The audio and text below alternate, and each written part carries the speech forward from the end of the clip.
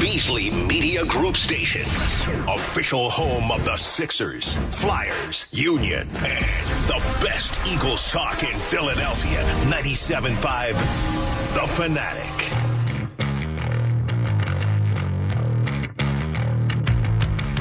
And a good Thursday morning, Philadelphia. I'm Andrew Salchunas. It's the midday show right here, 97.5, The Fanatic. As we are getting closer and closer and closer to the next Eagles game, which unfortunately is Monday night. And after all the turmoil that we've dealt with the last 2 weeks, I don't know if it's a good thing or a bad thing that we have to wait the extra day, right? Because sometimes it's one more day of not feeling stress. I guess that's good. But it's also stress having to wait the extra day. So I don't even know if it's a good thing or a bad thing that we have to wait the extra day. Probably the best thing out of all of it is that the players get an extra day of rest. That's basically it. But you know what? I want to take a different approach today. If you follow me on Twitter, you know exactly what we're going to get into a little bit. But if you're just tuning in and you're going, what the hell's Andrew got up his sleeve today? I want to take a little bit of a different approach because we do have to wait until Monday when the Eagles take on the Seahawks. So, you know, it's not like we're just a couple of days. You know, it's an extra day. It's also been 4 days since the Eagles lost to the Cowboys. And I can't sit here and necessarily do doom and gloom when it comes to the Eagles for another day. Now, I will tell you right now that later on in the show, we will have a big Eagles hour. In the 12 o'clock hour, we'll be doing a lot of Eagles content. Dan Orlovski, I told you at the end of the show yesterday, I was able to sit down and speak with him. We recorded it after the show yesterday. So we'll be playing that in the 12 o'clock hour. Nick Sirianni will be speaking to the media in the 12 o'clock hour. So we have a big Eagles hour coming up at 12 o'clock. But today, other than that hour, you know, the other three isn't necessarily going to be a day all about the Eagles. Today's a day where I want to talk about everything in Philadelphia sports, but I also want to talk about you. I want to talk about us because, like you, I'm a Philadelphia sports fan. And I want to try to talk about how hard it is to be a sports fan. Okay? Now, hear me out. It's not just about the amount of attention that we, show toward these teams. It's not just about the amount of energy that we spend watching these teams every single night. It's not just about the financial toll that it might take for a lot of you if you like going to games, right? Like, I am someone who hasn't gone to as many games ever since Cooper's been born, but like before the birth of my child, like I was down there a lot. There is a financial toll that comes to it, but not that kind of stuff. I want to talk about enjoyment of being a sports fan. This is what I mean by it. Philadelphia sports hasn't necessarily been successful when it comes to championships. Not many. Not many at all. The Philadelphia Eagles thankfully won their first Super Bowl on February 4th of 2018, and it's one of the greatest days in all of our lives.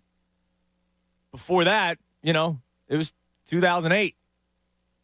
Before that, well, it was 1980.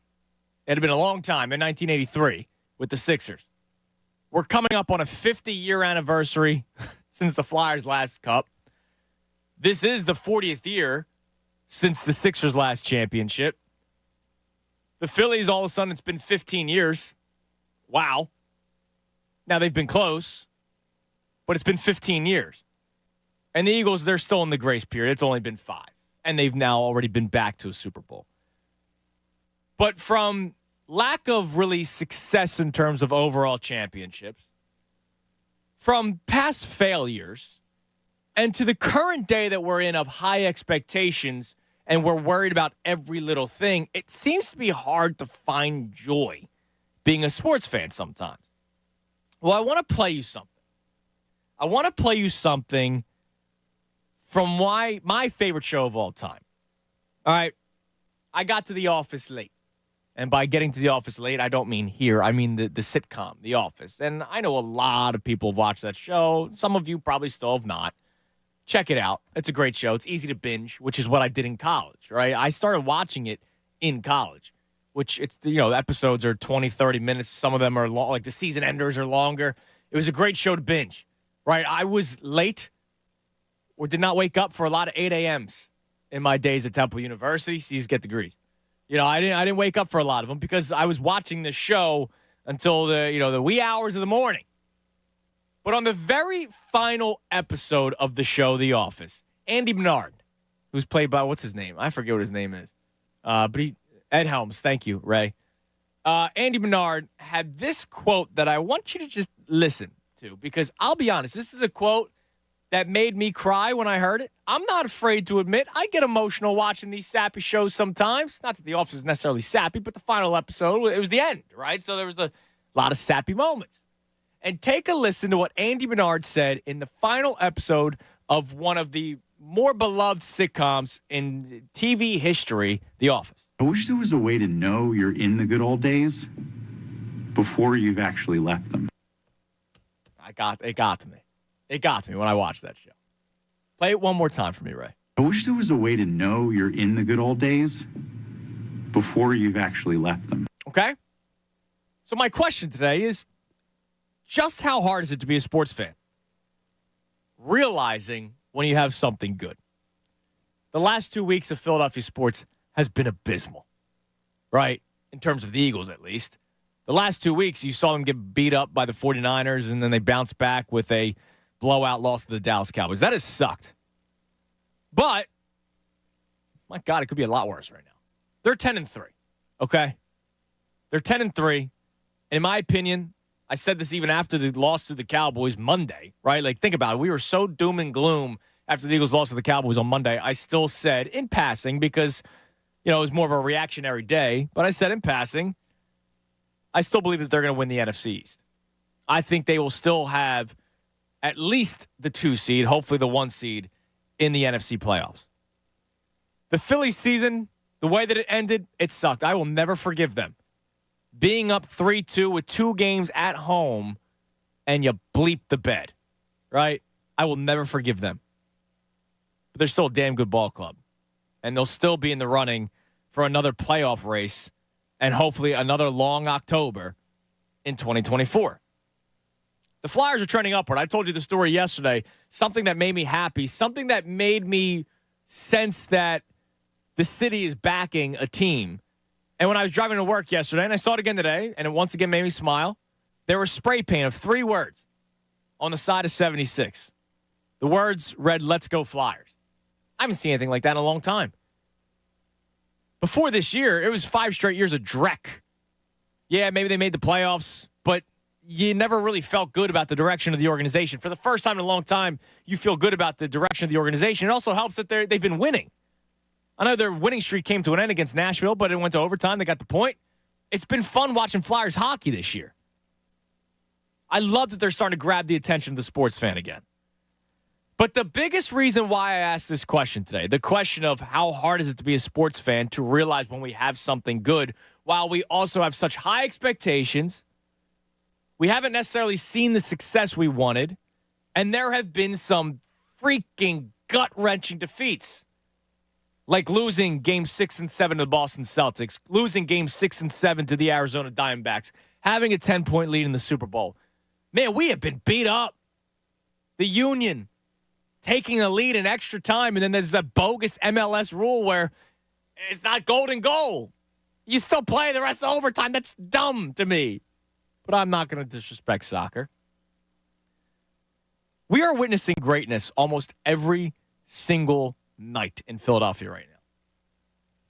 And that's with Joel Embiid. Last night, Joel Embiid drops 41 points, grabs 11 rebounds, dishes out 5 assists. And he does that in 31 minutes. 31 minutes. I know the Pistons have 2 wins this year. It's terrible for Detroit basketball. I get it. 41, 11, and 5. And that wasn't a 41-point performance by a guy who won't do it again. He'll drop 40 again this year. He has dropped 40 multiple times this year. Imagine if he didn't have to just play 31 minutes, what he could have done. Joel Embiid is the greatest basketball player that has worn a Sixers uniform in my life. Allen Iverson, still my favorite, but Joel Embiid is the greatest basketball player that has worn a Sixers uniform in my life. Does he have the heart of Iverson? I don't know.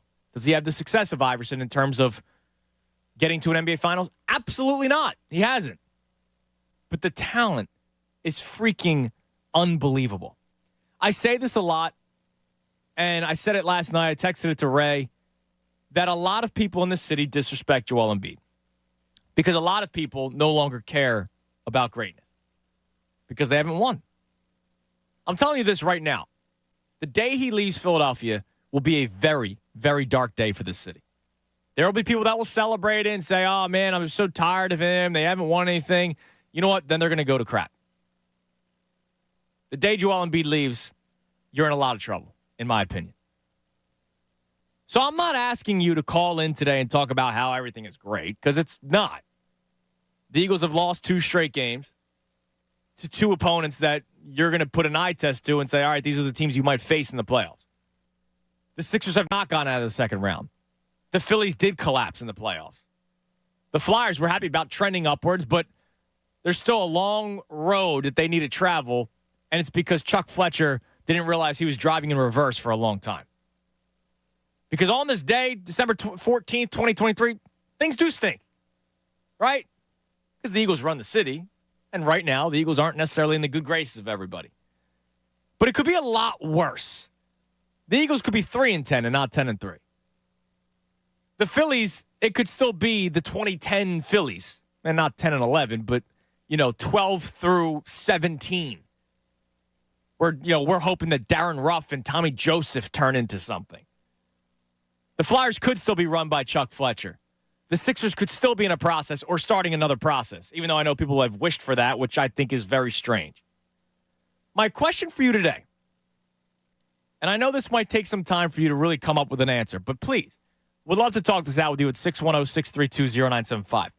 How hard is it for you to be a sports fan, realize when we have such great things at times, while also dealing with high expectations and a success rate that isn't necessarily good for a major market? We have good things in Philadelphia. We have great things in Philadelphia. We have an MVP in multiple sports in Philadelphia. Joel Embiid, Bryce Harper, and hopefully one day Jalen Hurts. Think about that. There's a lot of freaking talent in this city. But we also have high expectations, as we should. And so sometimes our high expectations make us forget the good that is in Philadelphia sports. So it's like the yin and the yang, right? You're happy that you have expectations, but you're pissed off when they don't reach them. Now, the Eagles, it's not like they haven't reached the goal yet. It's still, they still have 4 games left in the regular season. The playoffs are still there in front of us. But you're not feeling great about them right now. So it's kind of a deeper conversation today. We'll throw in some light stuff. I have some holiday stuff that I want to get into today, as we're 11 days away from Christmas, 10 days away from what I actually enjoy more, Christmas Eve. So, we're in the thick of it right now. People are starting to take off. I know Bob's off tomorrow. There's a lot of people that are taking off next week. I'm taking off the back end of next week. So we're in that kind of that mode. So I have the light holiday stuff, but I want you to think deeply about this one and talk to me about it. How hard is it to be a sports fan when you do have good things? And I know, I had a guy the other day say, stop with this Joel Embiid love. He hasn't won anything. Man, I love somebody that's dropping 40 for me. Sorry. How hard is it to be a Philadelphia sports fan when you do have a lot of good things in front of you, but your expectations are so high and they haven't reached those goals? 610-632-0975. Going to talk to Ray about this next. I want to talk to you on the phones about it all day long today. I'll let you know everything else that we have in store for us today on the Midday Show right here, 97.5 The Fanatic. Now, speaking of holidays, hey, guys, you don't have much time left. If you're looking for the perfect gift this holiday, well, our friends over at Family Company Jewelers in Marlton have got you covered. They've just released a special holiday item that is the perfect stocking stuffer for any woman on your list. The Love You to the Moon and Back necklace. It features a crescent moon and a star design. It's beautiful. It's available in 14-karat white or yellow gold with inset diamonds, and it's available for only $284.99. Now, look, you go, man, it's a couple $100. Look, you're spending it on the person you love, right? And it's something beautiful that shows just how much you love them. So if you don't know what to get her this year, this is a gift that she'll absolutely love and will be able to show off all year long. This isn't just like a holiday necklace and she takes it off, once the new year strikes. Like, no, this is something that she can wear all year long. The Love You to the Moon and Back diamond necklace, only available for a limited time while supplies last. Don't wait until the last minute. Get to their showroom on Route 70 in Marlton, New Jersey, and check off everyone on your list. If you can't make it in the store, you can always shop online at FamilyJewelers.com. Family Company Jewelers is South Jersey's holiday diamond destination. Fanatic Sports Update. Sixers stomp the Pistons. I'm Ray Dunn. This update is brought to you by Philly Sports Trips 3 days in Clearwater. Give the gift that will create lifetime memories. A 3-day trip to spring training in Clearwater, Florida. Go to phillysportstrips.com.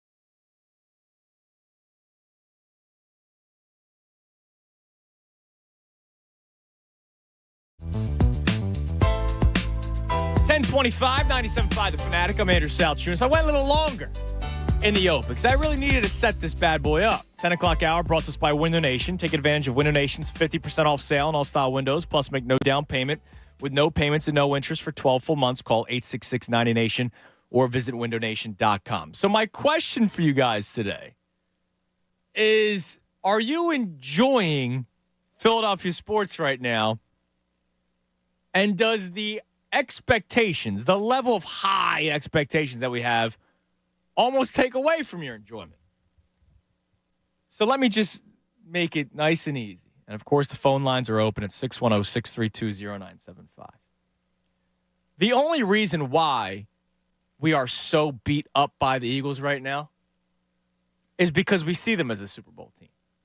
Or once saw them as a Super Bowl team, because I know a lot of people jump ship after that. They're 10-3, and I still believe they win the NFC East. And that makes me happy. But the overall goal is Super Bowl, and if they fall short of that, we will be sad. So the expectations almost limits our enjoyment from the Eagles. The Sixers. Joel Embiid drops 40 again last night in 31 minutes.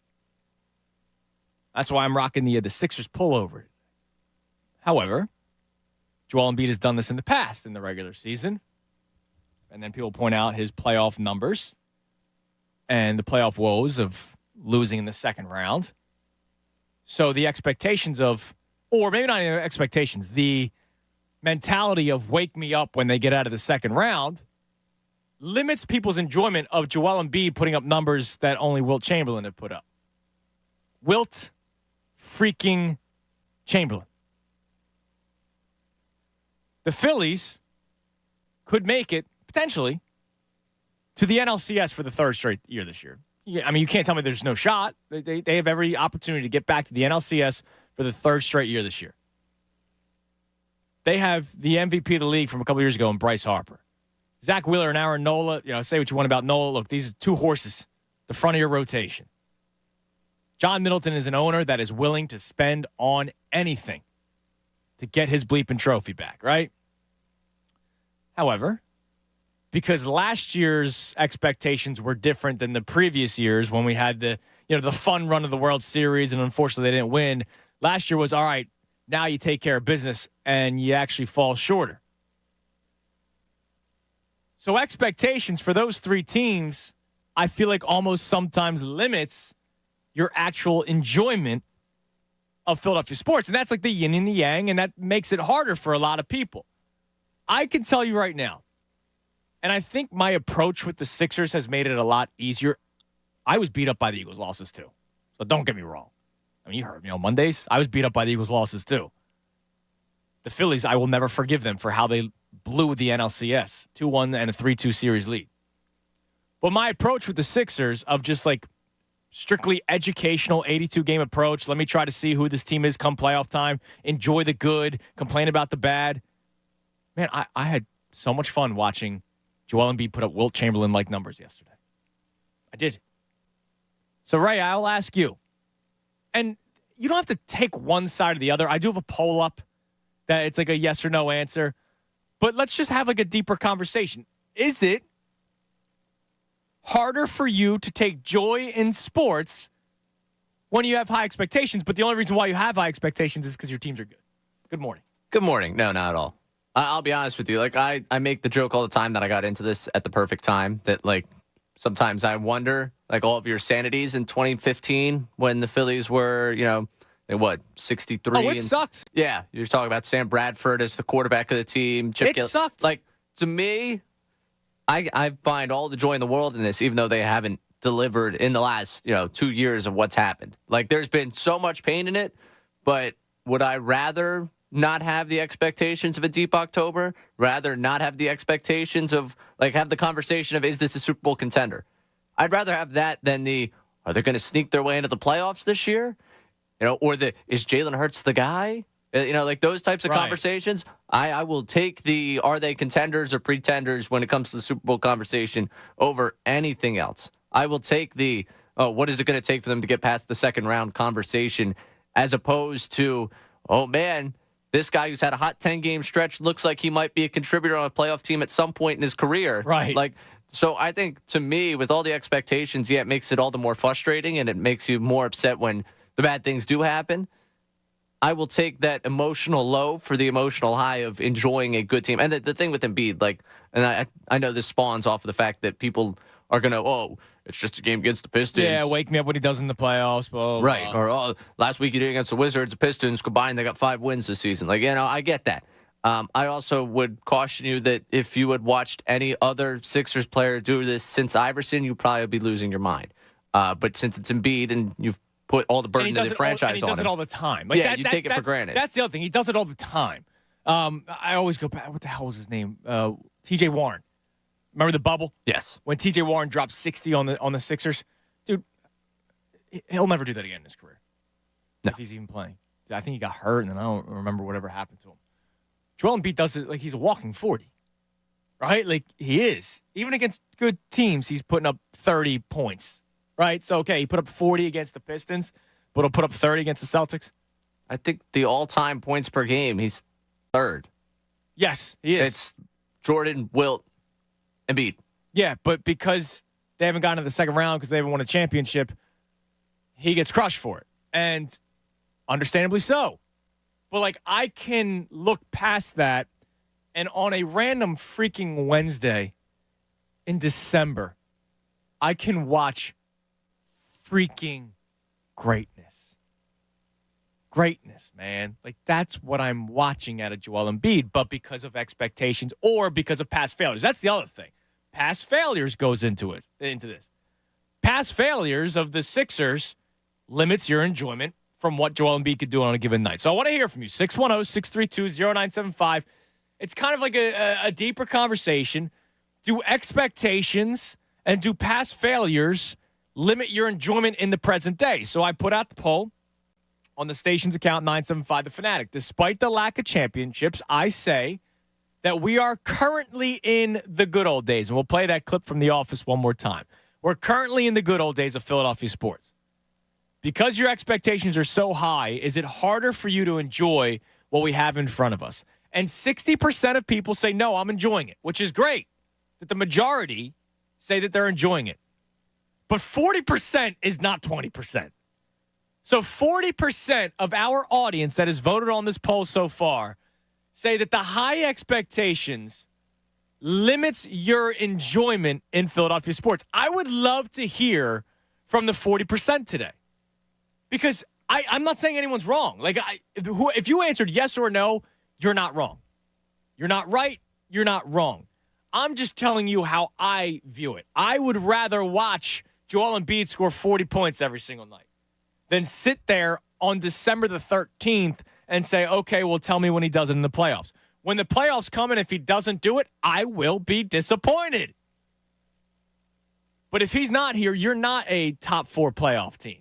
If he's not here, you don't have that conversation of, well, maybe this could be the year. No, there is no year if you don't have Joel Embiid. He's the best player on the floor. He's one of the best players in the NBA. I know we love Tyrese Maxey. I love Tyrese Maxey. A team led by just Tyrese Maxey and Tobias Harris isn't winning you squat. It's not getting you anywhere. Joel Embiid is the reason why you actually have high expectations, or expectations, period. Or Joel Embiid is the reason why you have the conversation of wake me up when they get out of the second round. Without him, you don't even have the conversation of getting to the second round, in my opinion. So do higher expectations almost limit your enjoyment in Philadelphia sports? So here's what else we have in store for you today. We're going to get into a little holiday stuff coming on the 11 o'clock hour. All I want you to do right now is think about your holiday hot take. As I talk about all the time, I can take you to death when it comes to everything else, just not sports. I don't like to do hot takes in sports. And maybe that's the best thing for me because, I do this for a living every single day, so I want to be as logical as possible because I do this every single day. But hot takes and everything else, hey, let's go. I'm all for it. So think about your holiday hot take. And then also, still to come, I told you in the 12 o'clock hour, because today isn't a day where we're just pounding Eagles, right? We're not just saying, is Jalen Hurts the reason why yesterday's show was, what's the reason why the offense is struggling, or who is the reason why the offense is struggling? I gave you 3 options. It was Nick Sirianni, it was Jalen Hurts, it was Brian Johnson, and you had to pick one, and you had to explain to me why, okay? Like, we're not doing a show like that today. I don't want to talk about doom and gloom Eagles after 2 straight losses. But coming up in the 12 o'clock hour, we're going to do like a big Eagles hour. And it'll start at, first we'll do the holiday wheel, come up at 12 o'clock. I got to get to that in a little bit as well. Morning show just keeps on winning, huh? Interesting. Yeah, I got a tweet about that as well. So saying, did I. wow, right away, huh? Anyways, holiday wheel comes your way at 12 o'clock. But at 12:05, we're going to play the conversation I had with Dan Orlovski yesterday. I spoke with Dan Orlovski after the show. He couldn't do 10 to 2 yesterday, but we were able to sit down and record it. And I'll tell you right now, this is something you don't want to miss because there's good and there's bad in it. There's one of those clips where you'll go, oh, boy, okay.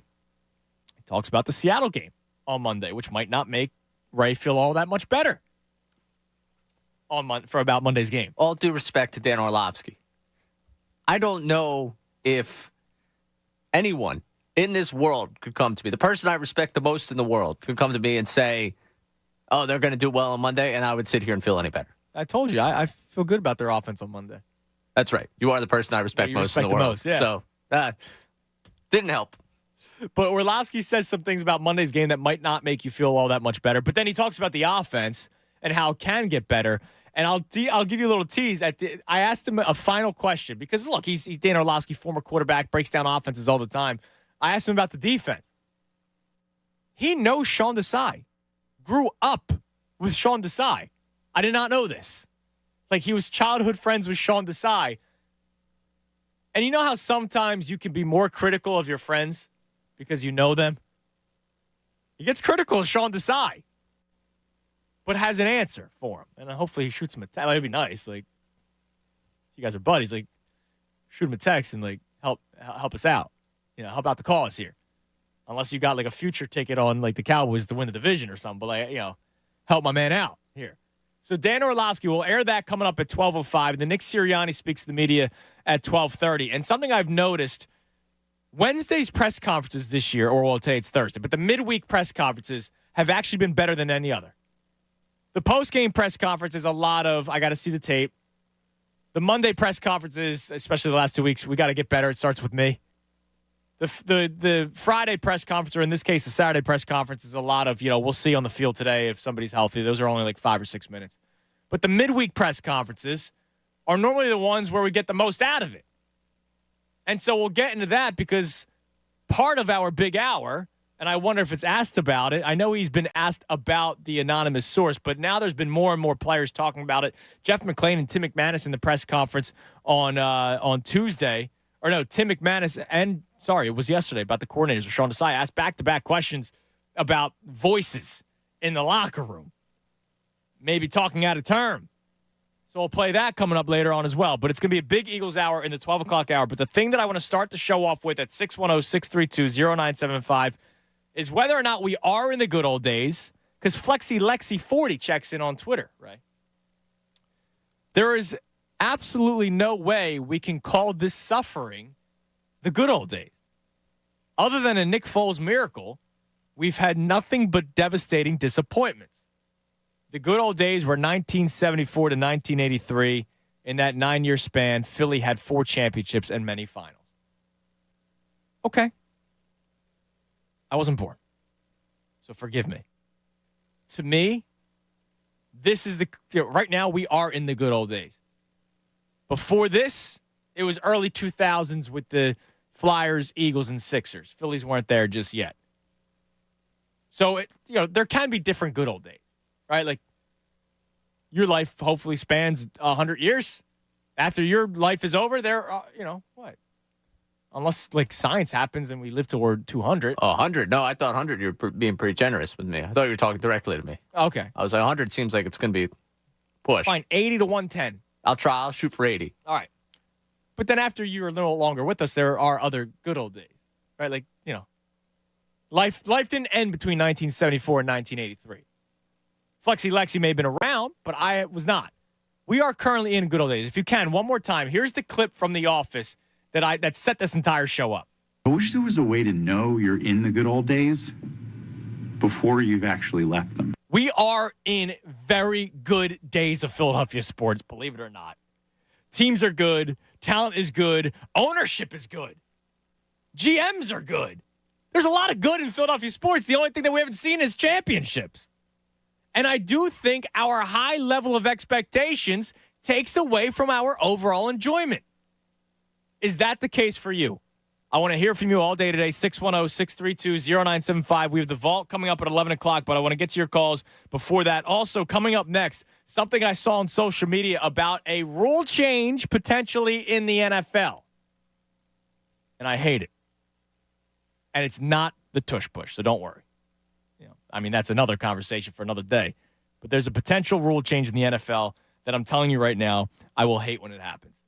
And I know I'm in the minority of it. I'm Andrew Salchunas, the Midday Show, right here on 97.5 The Fanatic. So yesterday, I was on the phone with my buddy Eric, one of my groomsmen. We were just catching up. He's the one I've told you about him, right? He's the one that he's been all over the freaking place. Brazil, Thailand. He was in Alabama, currently in Montana. Might go to Hawaii, might go to Vermont, like work-wise. He's all over the freaking place, right? So we were just catching up yesterday, and he asked me how's work doing. So I sent him the clip of one of the commercials. And he said, you know what, man? That might just work. Hey, guys, it's Andrew. You ready to score a touchdown this holiday season? We got to get the perfect gift for that special someone in your life. And that perfect gift might also benefit you. That's Pajamagram's famous naturally new pajamas. Oh, they're going to make you a holiday hero, right? Because when she puts them on and she's like, wow, these are really comfortable. These are really nice. And then she looks herself in the mirror. Like sometimes I look myself in the mirror. I go, damn, dude, good for you. That's good. It's good to have self-confidence, right? When she looked herself in the mirror and said, oh, these aren't just comfortable. These are nice. And I said, damn right they are. They seem comfortable, which she says they are. I said, they look stylish. And she said they are. And then I talked about how soft and silky, sexy they are. They're better than lingerie. Curve, caressing fit. And here's the kicker. Sorry, I forgot. I have to tell you about buying these because now I'm just talking about my own personal experience. When you order naturally new pajamas today, you'll get a free naturally new nightie. It's a $75 savings on a very luxurious 2-in-1 complete gift. So you're saving money as well. And better yet, with Pajamagram, you can even add gift packaging. And I don't know about other men. I can't wrap gifts. I'm very bad at them. It's become a running joke in my family my entire freaking life about how bad of a gift wrapper I am. I don't have to worry about that with Pajamagram. If you ask me, it's one easy holiday gift that will sure to make her happy. And fellas, I am telling you, you will be happy as well. All right, listen, we all know how good it feels to win. So why not win this Christmas with a nice gift and for yourself? As sometimes you want to spoil yourself. Hurry, go to Pajamagram today for naturally new pajamas before they sell out. That's naturally new pajamas at Pajamagram.com. Tell them Andrew sent you. Pajamagram.com. Hurry before they sell out. Fanatic.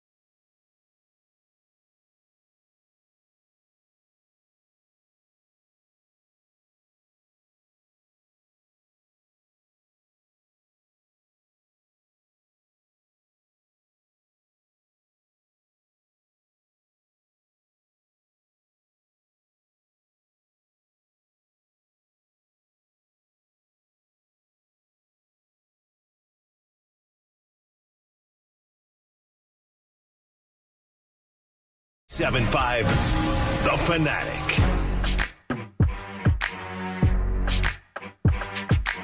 10:51, 97.5 The Fanatic. I'm Andrew Salchunas, the Midday Show.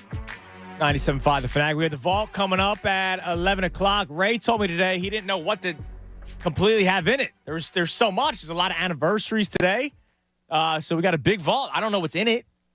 I heard an Eagles clip, but I don't know exactly what's going on. Yeah, the Eagles might have been cut for time. All right. Oh, So, okay. Yeah. All right. No, this is a big day. A big day to some. I will say it's probably a bigger day for me just because I started to find random things that I found interesting. Oh, okay. So, sometimes you do a vault for yourself. And I got to be honest with you. In full transparency, yesterday I looked in the mirror after the vault and I said, Ray, you could do better than that. Okay. So we're Well, going to do look. better today. Look, the Eagles need to look in the mirror, right? How many times have we heard that? They got to look themselves in the mirror and say, it starts with me. It starts with me. Well, here's the problem. This Eagles team, they talk about the standard. I already have a standard. Wow. I have a standard that's been shown time and time again that when I don't live up to it, I get kind of disappointed. They could talk about this, mythical standard that's well beyond what they've played so far. That's true. I have a real life standard that's pretty high with You this had a vault. purpose before anyone had an opinion? Yeah, and I'll be honest with you. I had an opinion on yesterday's vault, and I said to myself, Ray, you got to bring it tomorrow. You got to be better at 11 tomorrow. Okay. So we're going to see. All right. Look, I believe in you. That comes your way in 7 minutes. Before I get to this rule that I completely hate, just a couple more tweets in response to today's question. And my question today, we have a poll running right now on the station's account, 975 The Fanatic. Despite the lack of championships, I, Andrew Salchunas, say that we are currently in the good old days of Philadelphia sports because your expectations are so high. Is it harder for you to enjoy what we have in front of us? Delco Pete checks in. Our expectations are high because we can see what our teams look like on paper, and we have the right to believe our teams will do great things. So when they fall short of expectations, Phillies and Eagles, we are very annoyed because we know they should do so much better. Which, well, yeah, you're right. You're entitled to that belief, and I feel that way as well. But N.R. Garrett responds to the poll, and it kind of goes off of that. As an old head who's been through the ringer with these sports franchises for over the last 40 years, I'm enjoying all this winning, which I really appreciate. I think the best response to all of these, Ray, is from FT Andrew, but Andrew with a U, like a U, Andrew Jones. Andrew Jones style. Yeah. He said, why does my personal life happiness rely on getting the championship? Shaking my head. Honestly, we get literally months and months of an engagement and enjoyment and hope, and really only a week of disappointment. It's actually a pretty good way to look at it. Now, I still haven't forgiven the Phillies, and that took place in October. But, I'm not still waking up every morning feeling dread because of the Phillies. It's just when we think back to it. You played in the vault, what was it, last week or 2 weeks ago? Turner hitting the go-ahead home run, game 4, Braves. Against the Braves. I didn't find joy in that. No. You know what I mean? It was a test. And it failed. I tried. I did not find enjoyment out of that. But, I didn't wake up this morning, feeling dread because the Phillies lost in an embarrassing way to the Arizona Diamondbacks in the NLCS when they had a 2-1 and 3-2 series lead. Clearly, I still feel a certain type of way, but I woke up this morning actually in a good mood. Now, it's funny. We talk about this conversation of enjoying sports when the expectations aren't as high. There are people that say they miss the process, right? Because it was the idea of what is to come without the actual expectations. When the Sixers were winning 10 games, you were actually upset when they won because you wanted the more lottery balls and all that kind of stuff. But I would think if I did a poll on your favorite Sixers team in the last, I'm guessing it would be 6 years now, a lot of people would vote the team that won 10 games in the month of January. I think they won 21 games that year, or 27 games that year. It's the 16-17 team. Yeah. Yeah. Because you didn't have expectations, but when they started winning, it was this is what we're trending toward. TJ McConnell. We still talk about the TJ game-winning shot against the Knicks as if that sent them into the playoffs. I think it'd either be that or the team the next year that wins 16 in a row to end the season, and then they get to the postseason for the first time. Yeah, and you were just happy to be there. Right. But, the most recent teams that you had, NBA championship expectations with that have fallen short, well short, you don't look back at them as kindly. No.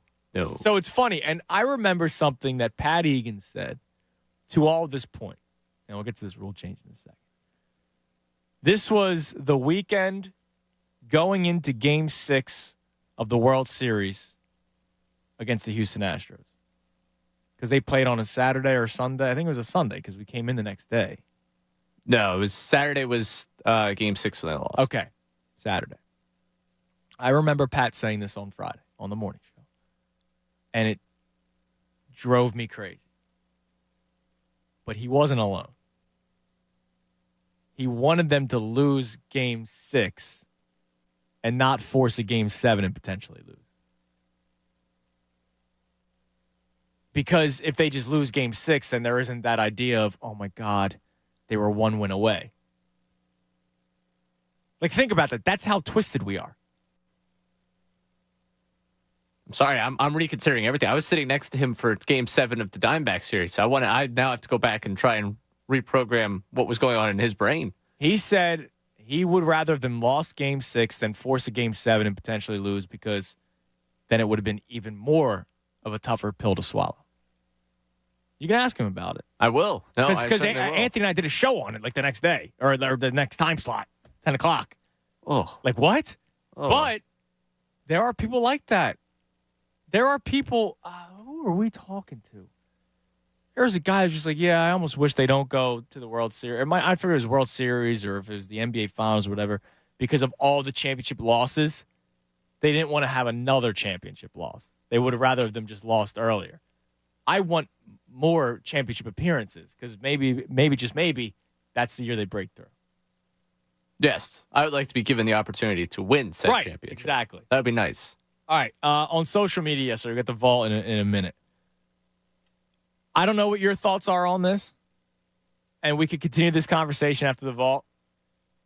I think it's so dumb to change the touchback rule when you fumble the football into the end zone you're trying to score in. And I know it's a hot button topic. People think it's the worst rule in sports. The rule of if you're diving for the end zone and you lose the football and it goes into the end zone and then out of the end zone, it is now a touchback for the opposing. The other team gets the football on their own 20-yard line. Changing that rule, why? I don't know what the rule change would be. Does the other team get the football at the 1? Or do you get the football back?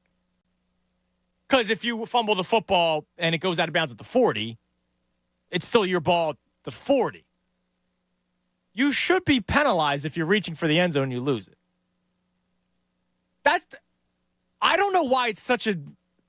Are you anti? What's No, I actually don't mind it more because you have to show me the change to it that makes sense. Right. Because I'm not just handing it back to you. That's risk reward right there. Your risk is you're reaching for the end zone to try and get it. The reward is points. I kind of want the risk to match the reward. And it barely happens. It's not like it's one of these things that happens every single game. And, all right, we need to figure something out here. It's something that happens maybe a couple times a season there's 30 teams that play 17 games, right? Happens a handful of times. And people hate, I saw Tyrone talking about it, Dylan. I know there are people that are anti the current rule, but I don't think anyone can tell me why it should change unless the only other change is the opposing team still gets the ball, but at the 1-yard line. Punishing the other team for you losing the ball? Well, you're losing the ball, but it'd be more so at the spot. I know, but you're pretty much putting them in safety range there, maybe 5. But like you said, it's risk reward. So you're diving for a first down at your own 40. All right, you get the ball back, but you're on your own 40. You still have 60 yards to score a touchdown. You're going to the end zone. This is the white line, the line that you need to cross in order to put 6 points up on the board. And if you lose the football and it goes out of bounds, you should be penalized for it. I agree. It's a weird rule, but to me, I'm with you in the I don't know how exactly I'd probably when someone gives me a rule change. I don't think it's a weird rule. Oh, I think it's weird that there's so much outrage about the rule and people are celebrating the fact that they're gonna talk about it. I just don't know why are you benefiting the team that loses the football into the end zone? Why are you benefiting the team? It's their, I hate to say it so easily. It's their fault. Yeah, hold on to the football. Yeah. You want the football? Simply hold on to it. Secure it. That's all. Or go down to 1 and push your way in. Just saying.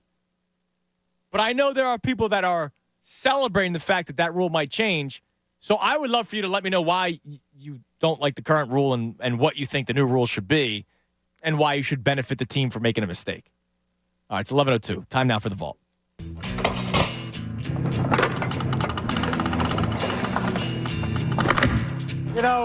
When we began opening this vault nearly 2 hours ago, we had no real idea what we'd find inside. As it turns out, we haven't found very much. Vault presented by Golden Nugget Jewelers. That's where Philly gets engaged. Ray, a personal vault for him today. What do we got? All right. We got a pair of Phillies transactions, and then we have a birthday to celebrate. Okay. So I'll start with the transactions. It was on this day that the reports were confirmed that coming up tomorrow, you would get Cliff Lee at a press conference announcing his return to Philadelphia. Here's how that press conference sounded. I never held any grudges, for being traded. I understand it's a business and things like that happen. But from the moment I got here, from the first day, I knew it was something that was special and something that I enjoyed. And, I wasn't sure if I was going to get another opportunity to come back or not. But the way things played out, I got that opportunity, and here I am. Getting a chance to play in the National League. I prefer National League style baseball over American League style, and I like to hit. I enjoy hitting. I like to face the pitcher versus a designated hitter. I mean, that's definitely an advantage to that. Obviously, I enjoyed my time in Texas. We had a really good team. We made it to the World Series. I mean, that says enough for that team, and it's tough. Sometimes making these kind of decisions are tough, but when you get your family involved, let them tell you how they feel about it, and you weigh the pros and cons of everything and kind of step back and look at it from a distance and let some time expire and you weigh all your options. It's for me, it became an easy decision with this pitching staff and with this team and what they've done over the past few years. That dude was absolutely freaking dominant when he pitched for the Phillies until the end, obviously, and then he just kind of disappeared from the franchise. Can you name one of the 3 players the Phillies traded to the Seattle Mariners, or received from the Seattle Mariners when they originally traded him? Oh my God, it's the outfielder. Tyson Gillies? Yes, Tyson Gillies. Tyson Gillies, Philippe Aumont. And I don't have the third one. I highly doubt you get this guy. J.C. Ramirez. He did pitch in the major leagues, but that's disappointing. I used to be able to do all 3. But yeah, that was the big one. Now, can you remember when they originally traded for him from Cleveland? Who else they got? Oh, well, they got Francisco in that deal. Yes. And who did they trade in order to get Cliff Lee and Ben Francisco? Carrasco, was he in that deal? Yes, he was. That was the Carrasco. Okay, so Carrasco, Lou Marson. Yep. How many more were in this? 2 more. 2 more? They both have the same first name. Same first name. Not coming to me. Jason Knapp and Jason Donald. Oh, the Donald one. Jason Donald. Everybody was so upset by Jason Donald. How could you trade Jason Donald? How could you trade Lou Marson? Lou Marson, big 2008 final day of the season starter at catcher for the Phillies. Yeah, and Lou Marson went on to have an incredible career. Okay, stop. There'd be no Lou Marson slander on today's program. No, because I remember all the anti Cliff Lee trade. People hate. How could you trade Kyle Trabeck for Roy Halladay? God. All right. Continue. I'm moving on here. So It was yesterday in the Rule 5 draft in which Shane Victorino was selected by the Phillies, but all that stuff, finalized, put together today back in 2004. And I want to bring you back. We always do the Grand Slam. Okay, I want to go to the Dodgers series because the Dodgers series is all time. First, you get Game 3 where tempers begin to flare. And there's one warning behind the back of Victorino, who didn't like it because it was up around his head. Victorino said, throw at my ribs, that's fine. Throw at my head, that's not fine. So a warning has been issued. Don't throw at my head. That's what he said, telling Russell Martin. Throw at my ribs, that's fine. Not my head. So he knew it was coming. Something was coming, and he said, okay, we'll take it. Yep. But not up here. Yep, that's right.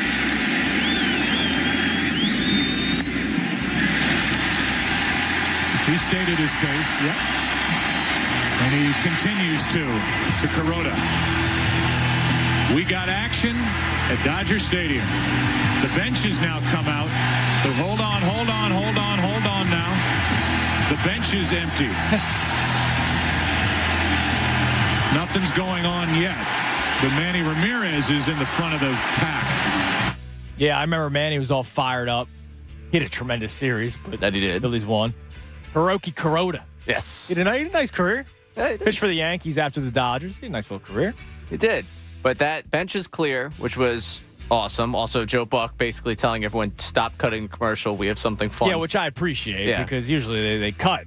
Like, come on now. Good work on his part. And the next night, he gets to call the home run that isn't remembered as the big home run from Game 4, but deserves as much shine as possible. That's driven down into the right field corner. This ball is gone for a game-tying two-run home run. Shane Victorino has tied it at 5. Of course, you say that home run was overshadowed because the next one was Stairs rips one into the night deep in the right. Correct. Yes. But it was overshadowed. Got to give Victorino shine there. As much as he gets love for the Grand Slam in the Brewer series, I'd love to give him that back-to-back game shine there. So there's your anniversaries for transactions, and today's a special birthday to me and a friend of this program, a friend that we have had on this program recently. He's made his return to town. He is a wonderful role player for your Philadelphia 76ers, and that is Robert Covington. And you mentioned that magical month of the 2016-17 season. He was part of that team. Oh, yeah. Let's hear him and the Timberwolves. Big game or big finish here for Rocco. 91 all. The referee gives him the ball. Sarge looking for cutters. Covington curls, catches, puts it up, and then the Sixers score! Robert Covington! He has struggled mightily. What a play design! What execution! Dario to Covington down low right, and he banked it in with .2 to go. Oh, yeah! Wow, Dario to Covington against the T-Wolves. Against the T-Wolves. In which they were both eventually traded to for one James Butler. Yes, it was a prophecy. All right. Now, whoa. No, don't you I don't dare. want to step all over Rico, which I will get to in a second. Don't you dare step on. He had another big moment in that month against Portland. Another team he would eventually play for. We got 2 threes for you from that one. Because, no, he doesn't just hit the game winner. He's the one that sets up the game winner, too. The Sixers get it back by the shoot. Here's Covington for 3, and that's good! An improbable triple. Robert Covington puts it in. Dario Saric saved the ball. Tapped it back out with 6 on the shot clock, and Covington in rhythm for 3. Free throw short, he missed it. Here's Sam with the rebound. Sixers with a full timeout. They don't use it. They got to get going. 10 seconds to go, down 2. McConnell to Covington. Covington raises up on Turner, 3 ball. He got it. The Sixers have taken the lead. Robert Covington with a high-arcing 3 over the outstretched arm of Turner, and the Sixers lead by 1. Back-to-back threes. 93-92. Covington from deep. All right. So that's the vault presented by Golden Nugget Jewelers where Philly gets engaged. I'm happy you're happy today. Question. Violation or not? So yesterday, was it today or yesterday they posted the video of them singing Happy Birthday? Because it was Nicholas Batum. Imagine it was today. And Rocco. Their birthday today.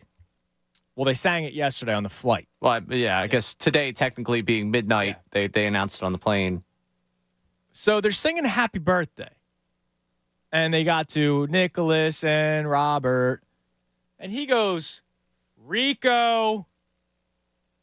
Not Rocco. Rico.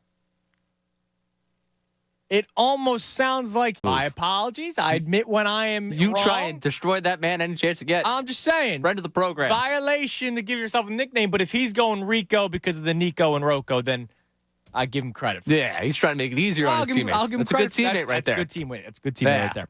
All right. That's the ball. On his birthday of all days. All right, so coming up next, we'll basically reset what we got going on.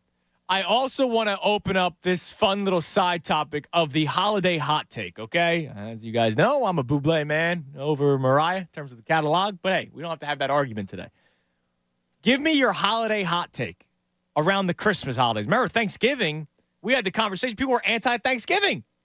So what's your holiday hot take? We had the guy call in yesterday that says he hates Christmas music. He wishes December just fast forwarded because he hates Christmas music that much.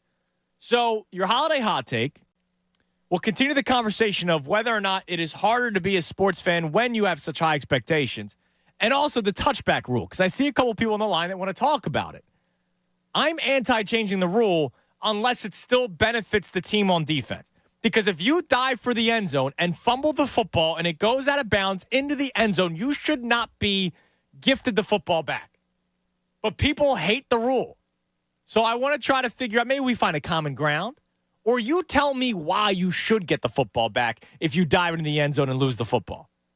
We'll continue that conversation next, right here, 610-632-0975, 97.5 The Fanatic.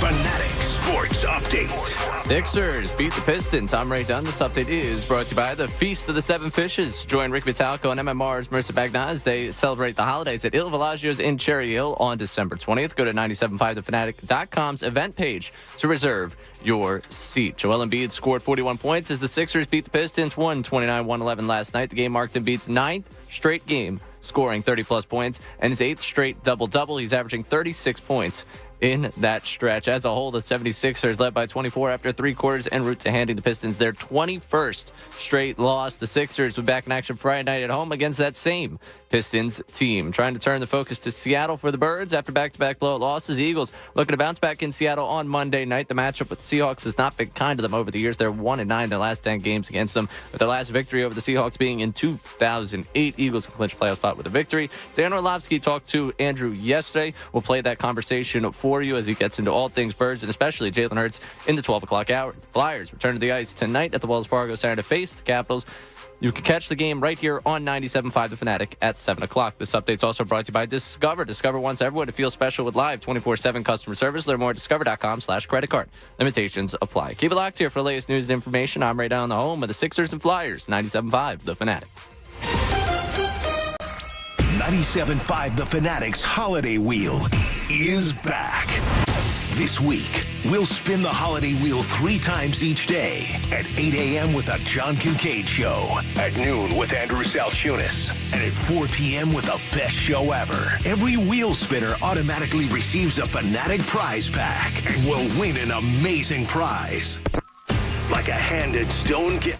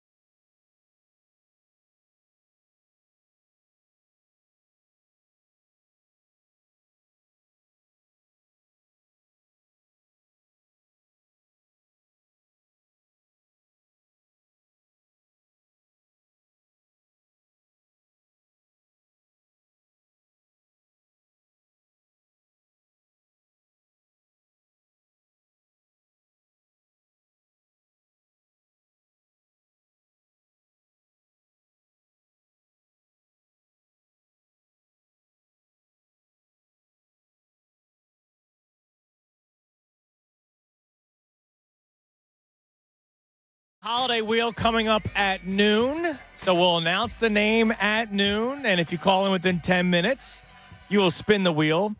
The morning show, once again, right like at 8 o'clock, the caller called back in. It's been very suspicious. You know, maybe a little too suspicious. Maybe there's some stuff going on. Ricky Brooks checked in right after it happened. They really do be calling in the morning show quickly. Like they're expecting it. Like, they've been warned or something. I don't know. It's just something to keep an eye on. Times have changed here at the station. We used to not find out the name of the winner till the day of. Right before you went on the air. Now, all of a sudden, we might be getting an email the night before.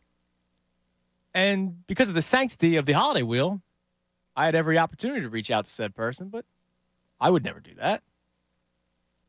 Not saying anybody else is, but it's a little suspicious. Yeah. A little suspicious. I mean, I think you would also want to do a better job of covering your tracks. Maybe call it 8:05, not 8 on the dot. Yeah. But again, not saying that they're doing that. Not saying anything. Not suggesting they're doing that. Just saying that if there was a conspiracy to be covered up. I mean, it would be a good conspiracy to put out there. Yeah. But we're not conspiracy theory we're not doing it. But a couple people have tweeted in about it, so. Yeah, we're only reacting to what the people are saying. Yeah, absolutely. All right, we have two open lines. Here's what we got on the show today. The main topic, what I really want a lot of people to talk about, is whether or not high expectations, and of course recent failures, but high expectations almost limits your enjoyment of Philadelphia sports. Because we have a lot of good things right now. I've been talking about the good old days. We're currently in them. We've been playing the clip from The Office. Ray, if you can, one more time. This was from the final episode of The Office. I wish there was a way to know you're in the good old days before you've actually left them. Right, and I've had that issue with my own life. Like, I remember watching that show and being like, oh, my God, that's pretty deep, which is why I try to cherish life every single day and make every day the best day possible, right? And so, like, it's crazy that a sitcom, like a quick, that was 4 seconds long? Yeah. A 4-second clip hit home that hard. You know what I mean? So I think we are in this current era, because a lot of people were chiming in, no, the good old days are back in the 70s and 80s. Well, look, I wasn't around the 70s and 80s. So right now, I believe this is currently a moment of the good old days. And I think we're currently in it. But because our expectations are so high, when they don't reach said expectations, you ignore the fact that Joel Embiid put up 41 points last night. And you find ways to diminish his 41-point performance. You try to diminish his greatness.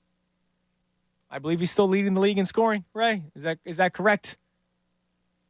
Think so? Okay, unless Giannis changed that after scoring 60 last night. But, Joel Embiid is up there in the league lead of scoring, and we diminish it because they haven't won anything in the playoffs, which, look, that's fine that you feel a certain type of way. I just like to take joy in greatness, which is what I witness almost every single night. So the poll we have running, despite the lack of championships, I say that we are currently in the good old days of Philadelphia sports. Because your expectations are so high, is it harder for you to enjoy what we have in front of us? And 61% say, no, I'm enjoying it. 39%, only 1% difference from when we last updated it. 39% of people say it is harder for you to enjoy Philadelphia sports when your expectations are higher. The only reason why your expectations are higher is because you have talent. So talk to me about that. You're not right or wrong if you answer yes or no. I just want to hear what you have to say about it. The Vet Alumni Podcast checks in. Andrew's not wrong. We have multiple MVPs, playoff expectations, reality for 4 out of the 5 sports, constant excitement for possible acquisitions because we are so competitive. We debate names like Trey Turner and A.J. Brown. Meanwhile, cities like Carolina have Little League teams. I love that. Like, seriously, we're talking about, is A.J. Brown having a T.O.-like season? Like, think about this stuff that we're talking about this year. They're 10-3. But because the last 2 losses have sucked, and they have sucked, it has put a dark cloud over the city. Yeah, we're still in a pretty damn good time right now because the Eagles were just in the Super Bowl last year. We still have expectations this year, and we'll still have expectations next year. Because if they do fall short this year, I believe Howie Roseman and the Philadelphia Eagles will try to make this team better. The linebackers are awful. They might try to make that better next year. Not going to put in too much money, but they're probably going to try to get better. we're in a good spot in Philadelphia sports. The other two things that we have going right now, the touchback rule might change. They're going to discuss it this offseason. A player who dives for the end zone and the ball falls out of their hands and it rolls out of the end zone, it's a touchback. The other team gets the football.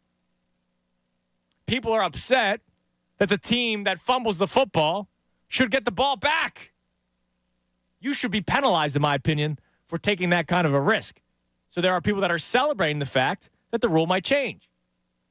Let's talk about that and holiday hot takes. Ray and I have hot takes about the same person, or should I say reindeer. We'll get into that in a couple minutes, but I want to hear from you. 610-632-0975. Let's go to Mark in Bucks County. Mark, you're on the Fanatic. Hey, guys. Good morning, fellas. Hey, Mark. How you doing? Good. I was just calling in about the touchback rule. I think you're a little bit off on this one. This rule should have been changed a while ago. It's not consistent with any other NFL rules out there. If you fumble the ball out of bounds, the team with the ball that fumbles it out of bounds, they maintain the ball where it goes out of bounds. Yeah, it's great when it happens all at your own 40, but you're going for the end zone. Like, you're going for 6 points. Why should you get the football back? Points, because the other team did not recover it. If the other they get the ball, you cannot award the ball to the other team because you fumble it forward. All right, so then I'll ask you, where do you get you shouldn't get the ball at the 1 yard line if you fumble the football into the end zone. Get the ball on the 20. The ball should be placed on the 20-yard line. Team maintains possession. All right, so if it's third and goal on the 1 and you lose the football into the end zone, should it then be fourth and goal from the 20? I'm guessing you're saying. Yes. All right, so you're basically a 20-yard penalty. Loss of down too. It could be a penalty where they go back to the 20 and it's still third down, so they get no, because the play happened. You can't then get the down too. Like then that's a trophy given society. No, you're right. 4th and 20, they get an opportunity to kick the field goal, which they'll probably miss. Most teams, the way they've been kicking these days, they're missing it. But at least they get the chance for the field goal. Everybody's got to have chances. I go back to what Ray and I were saying last segment, the risk reward. You're going for a touchdown. And if you lose the football and it goes out of bounds, you should be penalized for it. Yeah, I think these guys, though, when they're running up the field and they're reaching and they're going for the first down at midfield and it goes out of bounds, it's the same thing. That's midfield. It's midfield. It's not the end zone. I mean, that's my biggest thing. Like, you're going for a touchdown. Right, like that to me is the biggest reason why I go, and thanks for the call, Mark. I appreciate it.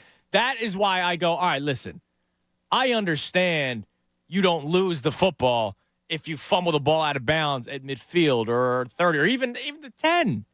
This is the end zone. This is what you're trying to get to. And for you to lose the football for the line, the goal that you're reaching, I don't think you should get the football back. I don't. I think that's part of the, as you said, Ray, the risk and reward. You hold on to it, touchdown. And by the way, you just got to get it across the pie. You just got to get across. Right, we're talking about losing the football basically at the 1 and it rolling into the end zone and going out of bounds. Hold on to the football. Take better care of it. You touch the pylon, it's a touchdown, right? Should be. That's the rule. You touch the pylon, you get knocked out of bounds. Just the way they're going to, it's a touchdown. Depends on your official. All you got to do is cross the line. If you lose the ball at the 1 and it goes out of bounds, that's on you. If it stays in bounds, you can recover it and score a touchdown. If it stays in bounds and the other team recovers it and takes a knee, it's a touchback. That's the end zone. That's what you're guarding. I don't know. I know I'm in the minority of this because I know it's celebrated the fact that it might change. But I just think you're benefiting a team for making a mistake. Like, I understand the inconsistency of it. Like when Matt's talking about how it's weird to everything else with football. Like, I've always felt like it's a weird quirk to the rule book with it. Like, you should not be just given free reign to fumble and everything's okay. That's for sure. It's weird that it becomes the touchback, like maybe not all the way to the 20 because you didn't really earn getting all the way to 20 by having them fumble the ball out of bounds. But I also don't know. Like, I don't have a better solution. Like, I wonder, all right, It's 3rd and goal on the 1. You dive for the pylon. Ball goes out of bounds. You go back to the 20. But what if the play was originally on the 40? And you dive for the pylon, and it goes out of bounds, and you're still gaining 20 yards. You should then start at your own 40 again. Like, because either way, you're benefiting. You're getting the ball back. You're gaining yards, like all this kind of stuff. I just don't like the idea of the rule change. I really don't. But I know I'm in the minority to it, so I get, like, what he just said. It's the only rule that's a little bit different. I feel like it's you're benefiting from making a major mistake. Scoring a touchdown comes at a premium, so secure it. Be smart with the football. I know I'm the weird one. Let's go to Ryan in Washington Township. Ryan, you're on the Fanatic. Hey, buddy, how are you? Good, how are you? I had a comment about the rule that you guys are talking about. Yeah. I think if the other team gets the ball, I can see both sides, but I think if the other team gets the ball, it's going to mess Vegas up dramatically because that's really so unpredictable. Yeah, but it happens like I don't even know how many times it happens this season, Ryan. I would guess under 10. So okay. It's such an anomaly that I can't think about Vegas when it comes to this. Yeah, and then I agree with you because on the other side of the coin, say a team's playing Kansas City, just say. Okay. And there's 40 seconds left and they're down by 4. And they get a touchdown. Like, they get a ball where they can score a touchdown. Someone blew coverage and they throw a bomb and it's wide open. Mm-hmm. They can intentionally fumble that ball, kick it out of bounds, have it on the 1-yard line, if that was the case, and run the clock down and then just score. Take your chances on a score. So I think it should be treated almost as a defensive grounding almost, where the team maintains possession, but it's a loss of down. And what's a grounding? A 10-yard penalty? No, it's the spot foul. So if you're if the quarterback's 14 yards behind the line of scrimmage when they throw the football, that's where the penalty happens. So that wouldn't work. All right. Well, I just wanted to call. I'm a long-time listener, first-time caller, and no, I appreciate the call, man. Thank you. It means a lot, Ryan. I mean, it would just be interesting to see what the rule change would be. Because it just says they're going to talk about it, right? I don't know what the solution is. In 2022, there was not a single time it happened. So last year it didn't happen once. I'm trying to read this article on the fly. You know how, like, on Google, before you click the link, it has, like, the quick little blurb? Yeah. It says it happened only 8 times, and that's it. Here you go. The 2022 season did not see a single end zone fumble resulting in a touchback. There was just one in 2021. 2017, it happened 8 times, which is like, maybe hey, shocker. Maybe it's an emphasis from teams to not hold the football out trying to score a touchdown. No, wait, how many times has it happened this season? You don't happen in 2017. We need all the good omens we can get here. Oh, yeah, that's right. It's happened at least once this year. I watched Justin Jefferson do it. Yeah, so that was how this article started. Oh, good. Yeah, this was September 17th, 2023.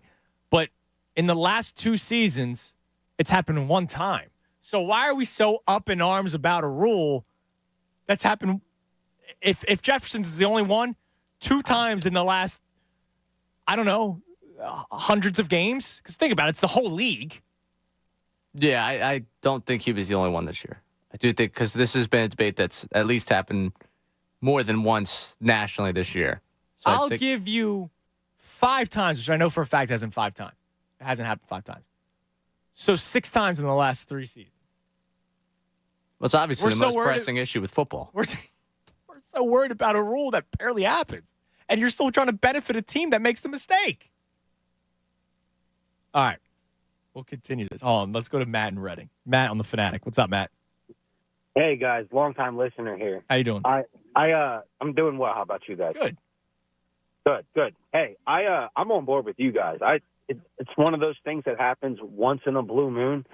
And in that part of the, when you're in the red zone like that, it's do or die. Football is a game of adversity. Right. And that's crunch time. That's if you're going to make that mistake in that tough of a spot, then you're going to have that tough of a consequence. I don't see the issue with it whatsoever. No, I mean, that's the thing. It's the end zone. It's not the like, people keep on pointing out to me, like D Rose checks in. You should always get the ball back where you fumbled it. If it goes forward and out of bounds, we're through the same rule everywhere. Blah, blah, blah. That's the 40-yard line. All right, like I don't care as much about the 40-yard line. I'm defending the end zone. And even though I may not have impacted the play, you lost the football yourself. Shame on you. Hold on to it. Exactly. That's exactly how I feel. You know, you reap what you sow. You're in the red zone. That is the toughest part of football. It's a game of inches, a game of adversity, and to make a mistake in a spot like that's what makes football so intense and so exciting to watch. Is those small things. I don't see the point in changing it. And also, further, you never see players complaining about it. It's only fans and people that are, going against Vegas. It's never players, unless you're Patrick Mahomes. Right. You're not complaining about the refs. Yeah, I mean, it is crazy that we're trying to defend a rule change. Now, the only thing I'll change, Matt, is all right. Defense gets the ball, but at the 1 yard line. That's the only thing. But the offense, instead of getting it at the 20, right? It's at the 20. Okay. The 25 is only for kickoffs, but okay. I can't benefit the team that loses the football in this case. Yeah, I agree. Yeah, a turnover you're supposed to be penalized for that. Yeah, absolutely. Yeah. Matt, I appreciate the call, man. Enjoy the rest of your week. All right, we have 2 open lines. We'll continue your calls. Also, we have a big football hour, big Eagles hour. We actually changed the breaks. Usually we break at 11 past every hour and at 41. Next segment, we'll go 23 and 53 because we have the Dan Orlovski interview that I recorded after the show yesterday. We'll air that around 12:05. We announced the name for the holiday wheel coming up at 12. Nick Sirianni will speak to the media at 12:30. And, of course, before all of that, we're going to continue this conversation with you about this touchback because people are clear. Look at all of a sudden the lines are lit up about the touchback rule. Why are we trying to help a team that made a mistake? It's crazy to me. Also, holiday hot takes. Now, Ray, what was your hot take about Rudolph the Red-Nosed Reindeer? System reindeer. Just a system reindeer. All right, let's be honest with it. Let's call it what it is. That sleigh was moving for years without him. We saw clearly in the combine the numbers. Could not fly that well. Really, really struggled. Was not invited to the reindeer games. And as it turns out, in just an absolute panic-stricken moment, Santa turns to Rudolph, which, let's be honest, in the modern game, they're just hanging lights on that sleigh. And honestly, with the technology they had up there at the time, if Santa wasn't so panicked, I think they probably would have turned to the lights anyways. Rudolph gets a lot of shine. The other 8 reindeer, incredibly talented. Absolutely. I mean, they all do a lot. Santa completed plenty of Christmases without Rudolph to begin with and could continue to complete Christmases without him. He gets the one spot moment, that one Christmas, and all of a sudden the guy's a legend. I think we got to relax. Rudolph is like Brock Purdy, okay? There's a lot of talent around him. There's a lot of spot. You want to crown him? Crown him. But I will not crown him. If you want to give me a reindeer that really pulled their weight, look at Vixen, okay? A year without a Santa Claus? He went down there in the South. He went out of his element. Yes. He was sick. That was basically his flu game. That's the legend right there. By himself, trying to carry Christmas. Meanwhile, Rudolph just gets to be the front man and, light up the night. Come on. Give me a break. Right. If any other situation, Rudolph gets no shine. Okay? Give me a break with this guy. I want your holiday hot takes. Now, I have one on Rudolph as well that I have been pushing the last couple of years. If I was Rudolph, I'd say, screw you guys. Here's my beef with the big man, Santa. Did he ever step in when Rudolph was getting picked on? Did he ever step in? No. No, like Rudolph, look, I get what you're saying, and I think you're correct. But you have to admit they at that day they may have needed the light, even though everybody else did the majority of the pulling. They needed his light for that day. Sometimes you need the backup to step up, have a good game. But Rudolph, if I was him, I would have said, screw you guys. You need my help? Where were you the other day? And it's one thing to flip off his fellow reindeers who were literally being D-bags to him. Oh, my man Santa. No, dude. You never stepped in. All of a sudden, you need him. Zero help whatsoever. If I was Rudolph, I would have been Zach Wilson and said, I don't want to play. Now, Wilson ended up playing and won AFC Player of the Week. So Rudolph won, Yeah, there you go. Oh, now he gets all the shine. He gets his own song. He won Reindeer of the Year. Own special. Yeah, give me a break with this. However, if I was Rudolph, I would have said, screw you guys. All you did was pick on me. And, yo, Santa, when I needed you most, where were you? And then all of a sudden you think you come over to my my little hut and say, Rudolph, with your nose so bright, won't you guide my sleigh tonight? And I'm supposed to just be like, sure. Nah, I would have struck a deal or something. Like, there would have been a lot more would have needed to have changed. I would have needed incentives or something. But again, there's no incentives. There's nothing you're putting on the table because, again, you look at the numbers, you look at any other situation. Rudolph was not going to succeed in any other situation. But in that time, he saved Christmas, so that's a pretty big deal. Like, you do need to get something out of it. So, but where was the other offer? You're not going to negotiate against yourself. No, I would have said, screw you guys. I would have went to the land of misfit toys, made a new life for myself, been top dog there. That's fine. He could have done that. But listen, But NFL's not cut out for everyone. You can be a USFL star. You can be an XFL star. Rudolph caved, and I think little of him because of it. I do. He should have stood on his turf. All right, holiday hot takes as well. We continue the conversation. Big Eagles hour coming up because we've talked about all kinds of other stuff. A lot of Eagles stuff coming up in the 12 o'clock hour right here, 97.5 The Fanatic. Fanatic Sports Update. Embiid shines again. I'm Ray Dunn. This update is brought to you by Pajamagram. Soft, silky, a best-selling Christmas gift for her. Get a free $75 nightie with naturally new pajamas from Pajamagram.com. Joel Embiid scored 41.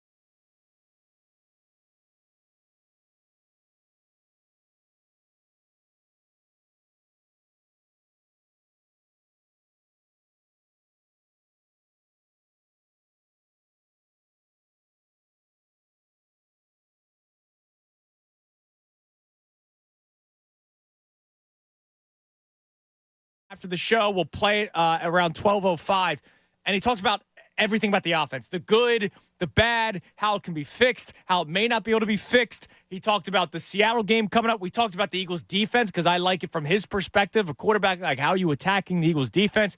And he told me, I didn't know this, he's friends with Sean Desai back from childhood. So he feels more comfortable to be a little bit more harsh because he knows Sean Desai, the person. And there was something that he noticed the other night that really bothered him about the Eagles' defense. And no, it's not just linebackers. But something he saw that really bothered him with the Eagles' defense. So we'll play that coming up at 12:05. Before that, at 12 o'clock, we'll give you the name for the holiday wheel spinner.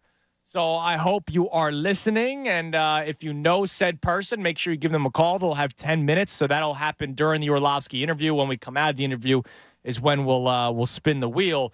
And then also we have Nick Sirianni speaking to the media for his midweek press conference coming up at 12:30. But let's get back to the phones, as this has now all of a sudden been a very spirited hour of conversation with the people.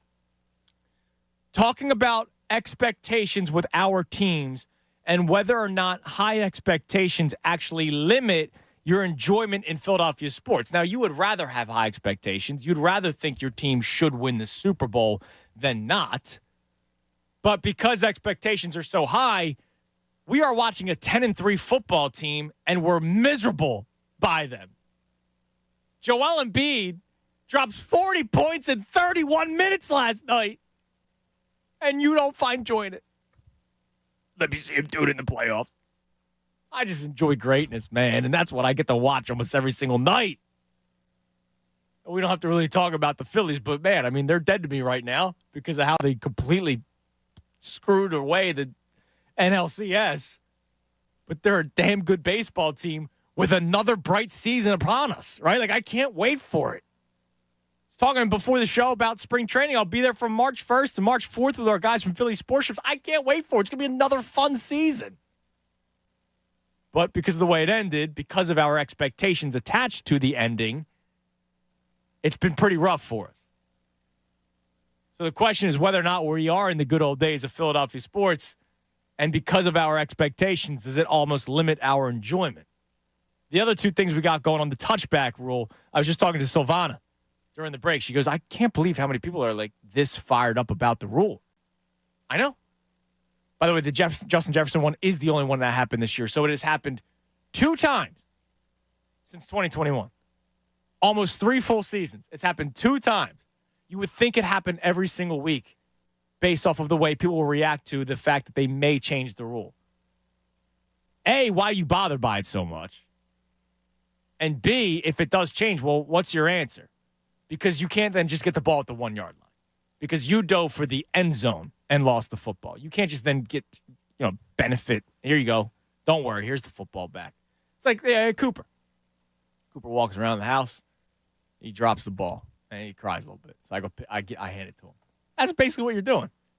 The 1-year-old is dropping the football out of the end zone, and the referee's going, it's okay. No. Here you go. It's okay. Don't worry. That's my high-pitch, it's okay dad voice. Like, why are we doing this? It shouldn't benefit the team that made a major mistake in the end zone. Last but not least, holiday hot takes. I know Karate Mark has one. What's up, KM? Ew, what's up? What up, guys? How are you today? Good. How are you? I'm wonderful. Get the Grinch music ready for a couple of these hot takes. Okay. First, I can't stand when sports is on a holiday. I can't stand it. Holidays for families. Family I should be paying attention to, not sports. And now sports being on Christmas, Eagles back-to-back Sixers, I got to debate whether I'm paying attention to sports or my family. And family's going to win. That makes me But what if the family is into the sports?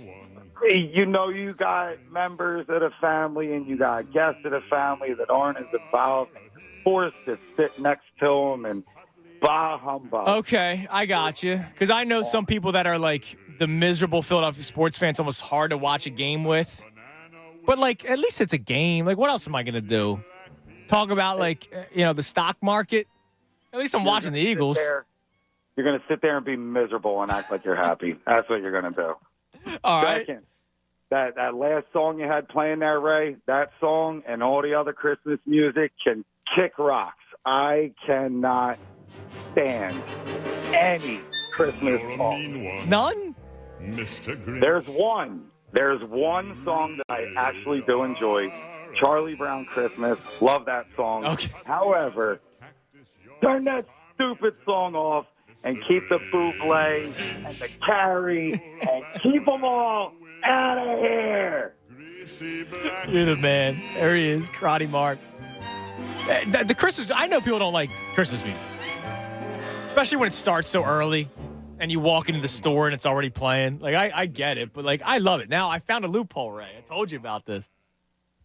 So in the spirit of me not having holiday spirit this year, because having holiday spirit has ruined my Christmases the last couple of years, 4 out of the last 5 to be exact, I do like Christmas music. So I found a loophole.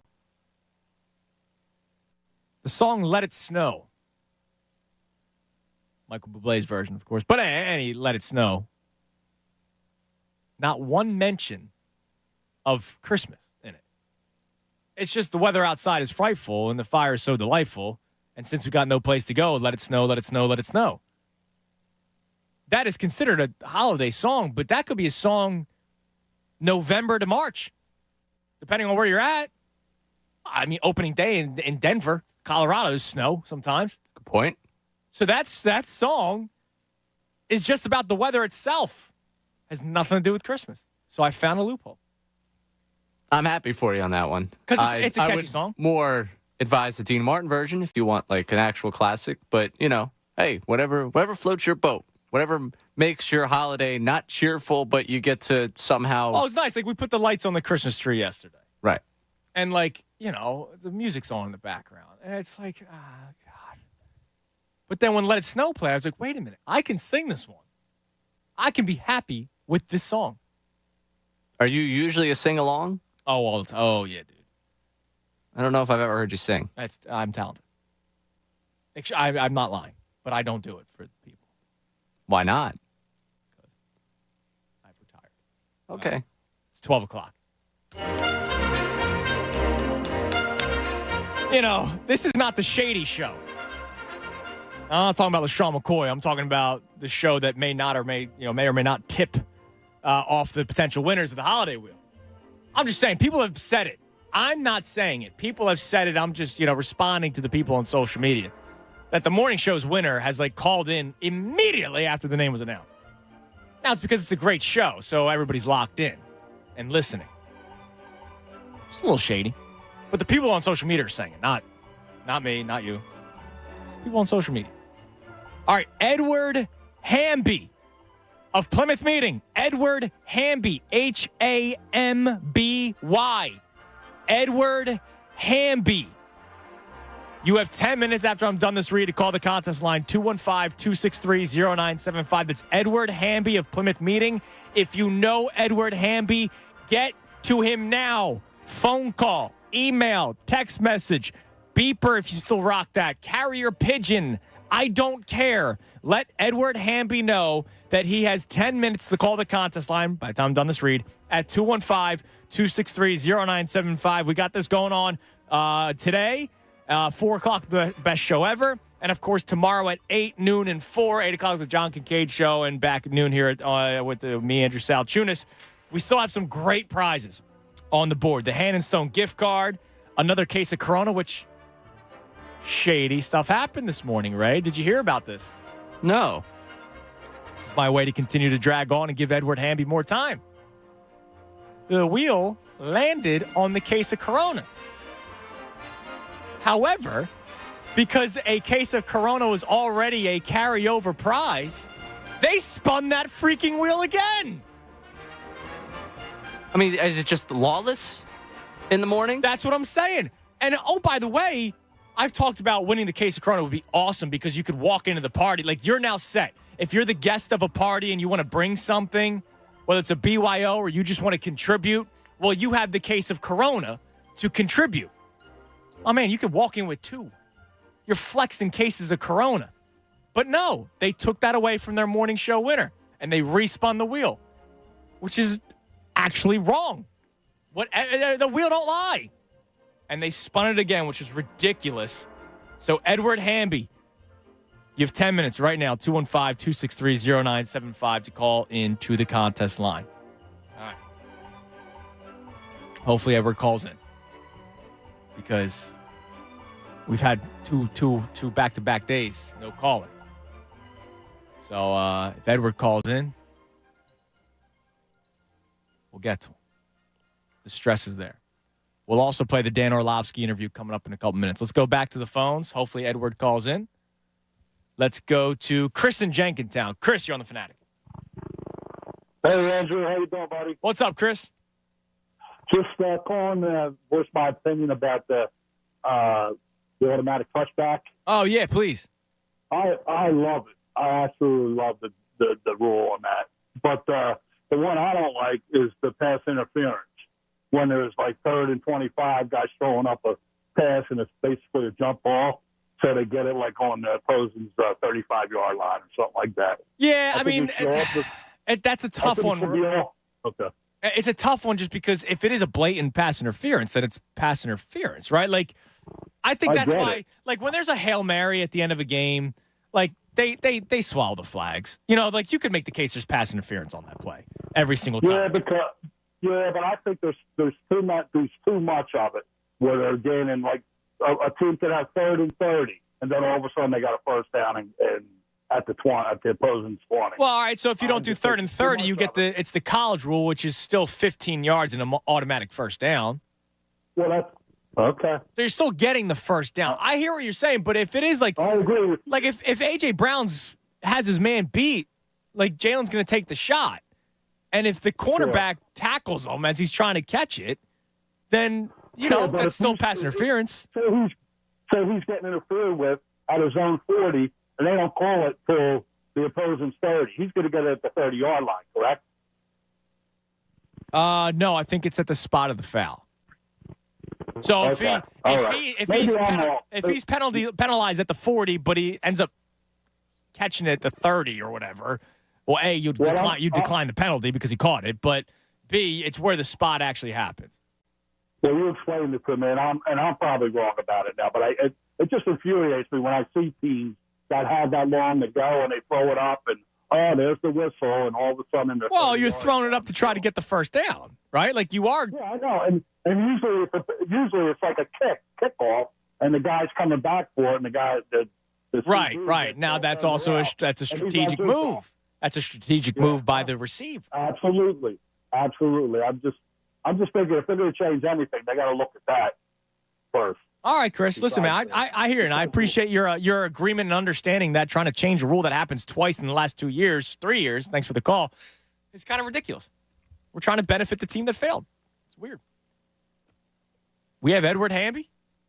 That's the word on the street. Oh, so can you hit the music again? See, ours took a little time. Unlike the morning shows that called in like immediately. It's what the people are saying. It's what the word on the street is. You know? It's not me. By the way, Jamal Hutchinson checks in, and he's right. And I know I'm a Bublé man. I did get the wrong Let It Snow.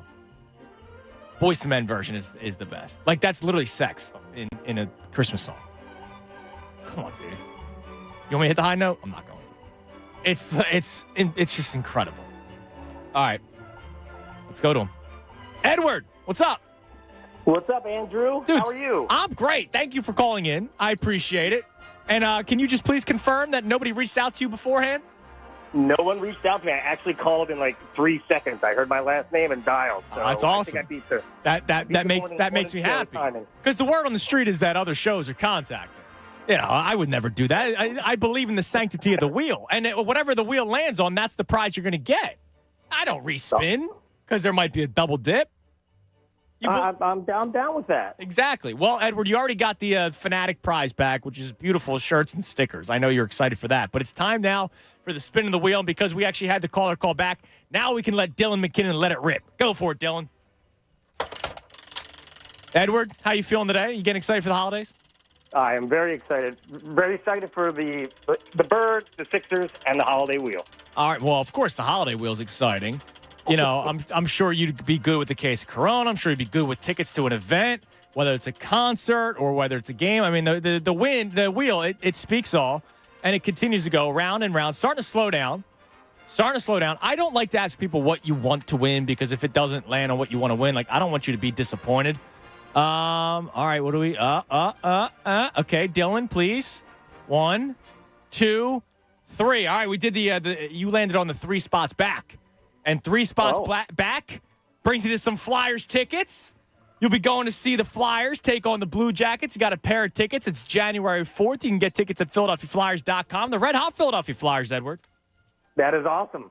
Are you a big Flyers fan? I am. I'm a bigger Sixers fan, which, by the way, they're playing fantastic. But yeah, sure are. I actually just bought my wife, who's definitely not listening, hopefully, tickets to a Flyers game as well. So this is going to work out great.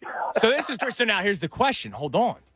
Yeah. Does she double dip, or do you take somebody else for the other? Because now you have 2. I could maybe take my son, but then she'd probably get mad. So to do the right thing, her stocking will be extra stuff. That's good work. That's good work, Edward. I appreciate it. All right, man, we're going to put you on hold. Happy holidays, all right? Yeah, thank you too, buddy. Bye. I love that. Edward Hamby. That's nice. Like when it's a significant other. See, like I don't have that in terms of the love of sports. Like Christy's not a sports fan, right? We've talked about it. She'll humor me and watch games every once in a while. But, she doesn't really necessarily care as much about sports. So, like, when you have a spouse that's a great gift, that's awesome. Now she's got 2 games, right? It's awesome. That's making him a hero for the holidays. So, that's what we do here. That's what we do here. All right. Before we get back to the phones, Nick Sirianni coming your way at 12:30. Yesterday, after the show, I spoke with Dan Orlovski. Something you want to take a really deep listen into because it's the good, the bad, the scary, and hopefully some ways to fix the Eagles. Here's Dan Orlovski of ESPN with me yesterday. All right, let's head to the Comcast Business Hotline. I'm joined now by one of my favorite analysts who covers the NFL. He does a great job all across ESPN, from First Take to Get Up, and, of course, does awesome work on NFL Live. And that is the great Dan Orlovski. Dan, what's going on, man? How are you today? I'm doing really well. How are you? I could be better if the Eagles' offense has looked a little bit better the last couple of weeks. It's been tough, man. I mean, going into the San Francisco 49ers game, we knew that was going to be a tough battle with everything that has been going on. Oh, by the way, they're a very good football team. Cowboys are a very good football team. But it's been really disappointing the way the offense has looked the last 2 weeks. Yeah, it's been, I think this offense this year, the expectation, I think for everybody, fans, certainly an organization, I would imagine, and people in my role expected it to kind of rinse and repeat and be what it was, even though Shane Steichen obviously moved on to Indy. And there was time that it didn't look that way early on, and you give them some grace because there's the newness of it. And then there were times where, situationally, I think that they were pretty good. There were some late-game situational moments where you sit there and say, man, that was really well done. Play call and design and execution. But now as you get into the back end of November and obviously into December, it's not the same offense. And it in many ways doesn't come close to representing what it was last year, both team-wise and both execution-wise. And so I think that they've kind of got to figure out what they can be on this back stretch and who they can kind of emulate. Because right now it looks like in many ways they're searching or they're forcing for things rather than the way they went about operating last year. Yeah, so we talked about your segment on NFL Live about, in terms of using the word forcing, Jalen Hurts forcing some throws downfield when he had some other options right in front of him, or whether there was checkdowns, but he held on to the ball and then got sacked instead. Is this something where he's still trying to figure out maybe the scheme with Brian Johnson, even though he was here last year under Shane Steichen? Or is this maybe Jalen Hurts just not seeing the field like he did last year? I mean, what could be the biggest reason why Hurts might be doing some of the harder work when there's easier stuff in front of him? Yeah, there's multiple reasons. I don't believe it's Jalen trying to figure out the scheme. He's a smart player. They've been together for a while now, obviously in this year, but certainly going back to last year. Number one, when you're not playing the way that you want to, both individually and as a unit, everyone starts to try to do something more. Everybody. I think that's happening. It's certainly Jalen trying to, create things that aren't there. What's happening to Jalen a little bit from defensive scheme, and this might be surprising to some people, it's not that to me. It's the same thing that happens to every elite quarterback. Now, there's people who don't believe Jalen's an elite quarterback, but this is what happens to elite quarterbacks. This 4 years ago or 3 years ago, it was Patrick Mahomes, and then 2 years ago, it was Josh Allen. 4 years ago, it was Lamar Jackson. Last year, it was Joe Burrow. It's happening this year where defenses sit there and say, we're not going to give you things down the field. We're going to play with two safeties or shell defense, and we're going to force you to be patient. And the interesting thing is, it's working. He's not being patient. The play calls aren't being patient. And I guess the most surprising thing is when defenses play in two high defenses, us offensive people, there's only two ways to hurt it. As much as there's two ways. You got to play action past them, try to create different levels to the defense. They're not doing that much or well. And you got to run it. You got to run them out of it. And they're not doing that much or well. And I think that's the point that is most surprising, is they're just not the same offensive line as they were last year when it comes to changing line of scrimmage and dominating. So it's a bunch of different variables attached to it, but Jalen specifically just not being patient with the ball, not being efficient with the ball, especially on early downs, has hurt them. So what is it that you do? Do you try to simplify things? I mean, one of the things that people keep on bringing up is the zone read and how well it worked last year. But one of the things that I've noticed, and you could talk to this better than I can, is it seems like defenses, you talk about playing you differently. It almost looks like they're playing the zone read a little bit differently, where it looks like they're going right after Hurts. And if Hurts doesn't hand the ball off, now all of a sudden they have there's a guy right in his face. And it seems like he doesn't have enough time to figure out what to do with the football. Yeah, they're doing two things to the zone read. One, they're forcing the handoff. And again, that goes back to the deep offensive line performance. It's just not as dominant as it was. And then two, they're doing what defenses call kill the mesh or blow the mesh up. The mesh is when he puts the ball in the belly of the back and he makes that decision. They're just saying just run right through that mesh. And if you guess wrong, at least it happens quickly. And I think those are the two things that have, and maybe didn't do it because of the knee, and that was a little bit of like the heart of the season why it didn't happen as much. We're speaking to Dan Orlovski on the Comcast Business Hotline. So, Dan, you mentioned it. I mean, there were weeks where things were going very well. Is there anything that you've seen really differently from Jalen Hurts? Not just Jalen Hurts, the offense as a whole, from those weeks where you saw a lot of good things for the Eagles, where they were scoring 30 points, whether it was first half slow and then they come back in the second half where they played 4 good quarters offensively. What's some of the biggest stuff you've seen from the middle weeks of the season to the last couple?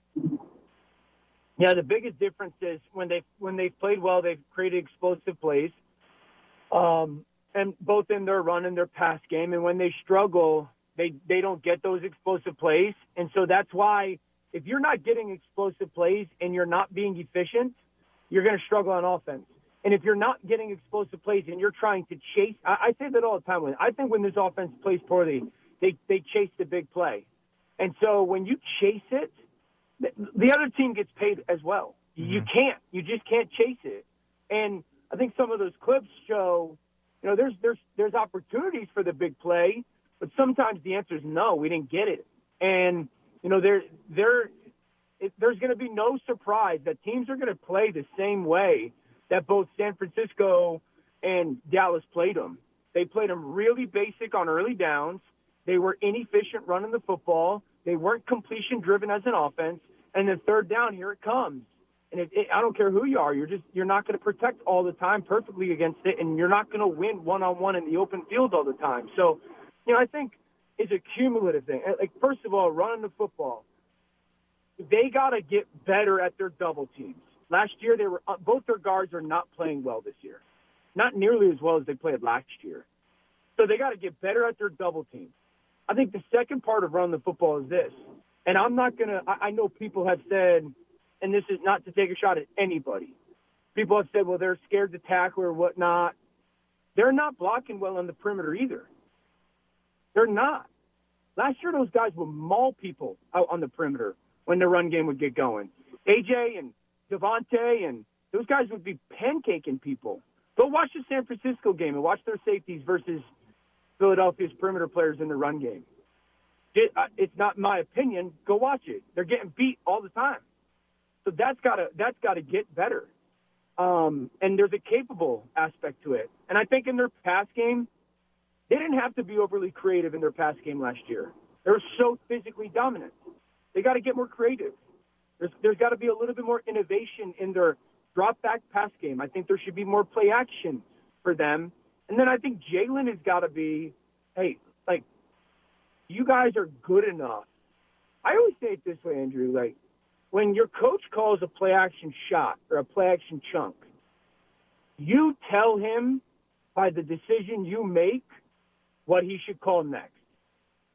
When it's not there and you check it down or you dump it off or you're telling the coach, hey, I got it, call it again. I'll make the right choice. When you make the wrong one, he's like, oh, man, like last time I called 2 or 3 of these, we didn't do the wrong thing, and we didn't do the right thing in the 2nd and 10, and we're behind. So I think Jalen's just got to get back to playing a little bit more boring in that regard. Now, let me ask you, and I know this is what a lot of people are they're hoping for you to say yes. Will it get better? Right? Was it the last 2 weeks the product of 49ers and Cowboys, and the schedule's been tough for the Eagles, and hopefully the next 4 weeks, even though Seattle's still fighting for a playoff team, and I know everybody's all Tommy DeVito'd up, but you got the Giants twice, and you got the Cardinals one time. Could the next 4 weeks of lesser opponents help them get ready for the playoffs, and maybe it does get better, or is this kind of the team that we've seen the last 2 weeks, who the Eagles really are? Yeah, it absolutely can get better because you have the people to do it. And I can't speak to in the locker room why it hasn't happened, but you have the people to get it better. I don't know if Brian Johnson's capable of getting to where Shane was last year. Again, play call and then play design and when and where. That's a skill. And I don't know if he has shown me, like, from the beginning to the end. Again, I think he's been good situationally at times, but not enough top to bottom. And let me say this, man. Seattle will not be a pushover, that defense. Right. Their defensive line is playing at a very high level. So this, again, Philly's offensive line is still a good unit. It's not what it was last year. So I think this week is a really big challenge for that offensive line when it comes to that. So I think it get better because they have the people on the field that are capable of getting it done. And I want to see Brian Johnson get a little bit more innovative. Now, last thing before I let you go, you do a great job all over ESPN, breaking down offenses, breaking down quarterbacks. But I would love your opinion as a former quarterback in the NFL to talk a little bit about this Eagles defense, which is toward the bottom in a lot of statistical categories. And if you're just watching with your eyes, it's been rough for the Eagles defense the last couple of weeks. I don't know if you can go about fixing it all that much, but if you're an opposing offense, you're game planning against this Eagles defense, I mean, what's some of the things that you would really attack that you don't think this Eagles defense can stop? Anywhere that Darius Slay's not covering, you feel pretty good about, and getting their linebackers in any type of, whether it's zone or man coverage. And you can trap and wham this defensive line because they're so upfield. So, I think even going back to this past week, man, I know Sean Desai. I'm a fan of Sean. I grew up with Sean. I've known him since we were kids playing Little League baseball together. I do get frustrated because I got clips last week where they're playing man coverage, man-to-man coverage, and Darius Slay is covering Michael Gallup, and Roby's covering CeeDee Lamb. Mm-hmm. Why? Maybe I'm not smart enough, but I know that when it comes time to, hey, we got to go, and we're going to play man coverage. Number 2, you follow 88 everywhere he goes. Why? Because you're paid $20 million to do that. Everybody else figure it out. And so I get frustrated when I watch that football team defensively, and I go, why are they covering that guy with that guy? And so I think I've said this for weeks now. I think Philly's defense is more fixable than people give credit for. Do they miss C.J. Gardner-Johnson and Devontae? For sure. I just think they just give themselves such bad matchups before the ball ever gets snapped. And they played a disadvantage too consistently with that. Oh, that's interesting because I think a lot of people have lost all hope on the defense. But if you think there's ways to fix it, man, I believe you. Dan, listen, I appreciate the time, man. You keep up the great work. I'm so happy for everything that's going on with you at ESPN. We'll continue to watch all the stuff that you do, whether it's during a game or Monday or mornings with Greeny and company or on NFL Live. We appreciate you taking the time today. Thanks, bud. I appreciate that. All right, there he is, Dan Orlovski, technically on the Comcast Business Hotline. I spoke to him yesterday. Fascinating from beginning to end. Even at the end there about the defense where he thinks it's actually fixable. He thinks Sean Desai is actually just doing a poor job with the matchups. And it's not just a problem about post-snap, it's a problem pre-snap for the Eagles defense. So here's what we're going to do. We have Nick Sirianni's press conference coming up next at 12:30. We will then revisit everything you just heard to start the 1 o'clock hour. We'll continue your calls, continue to get more of your holiday hot takes, which might turn into tomorrow's show as well on a fun football Friday where the Eagles don't play till Monday. But a lot of interesting stuff from Dan Orlovski there. He's pushing to run the ball, right? Run the ball. He's also talking about the lack of creativity, which, again, it goes back to score one for the fans who talk about the lack of creativity. And, obviously the players are now talking about it being predictable. I like when the analysts who get paid big money to do it are saying, yeah, I mean, there's no innovation in this offense.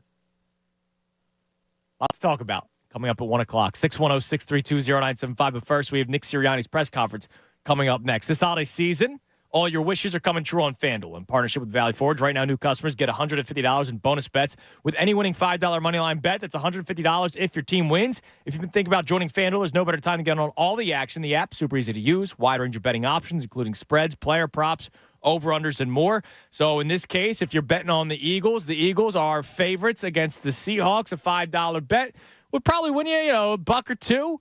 But in this case, if you're a new user and it hits, $5 turns to $150. Visit FanDuel.com/Fanatic. That's FanDuel.com/Fanatic. And kick off the NFL season. FanDuel, the official partner of the NFL. You got to be 21 plus and present in PA. First online real money wager only. $5 pregame moneyline wager required. $10 first deposit required. Bonus issued is non-droppable bonus bets that expires 7 days at the receipt. See terms at sportsbook.fanduel.com. Gambling problem? Call 1-800-GAMBLER.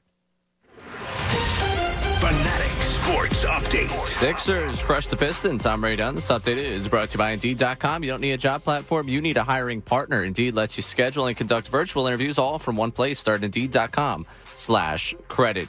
Joel Embiid scored 41 points as the Sixers beat the Pistons 129-111 last night. The game marked Embiid's 9th straight game scoring 30-plus points and his 8th straight double-double. He's averaging 36 points per game in that stretch. As a whole, the 76ers led by 24 after 3 quarters en route to end the Pistons their 21st straight loss. Sixers back in action Friday night at home against that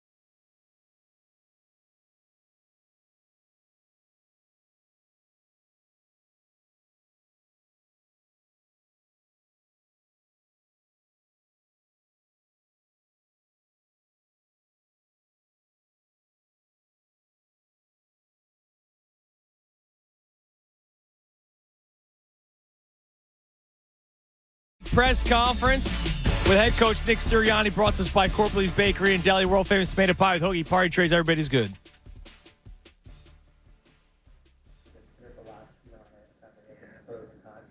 Yeah, I feel like I've answered this question about 5 times in this setting, and that's fine. I'll continue to. And I get it. There's going to be scrutiny when we're not playing and coaching well enough, because that's the case right now. We're not coaching well enough. We're not playing well enough.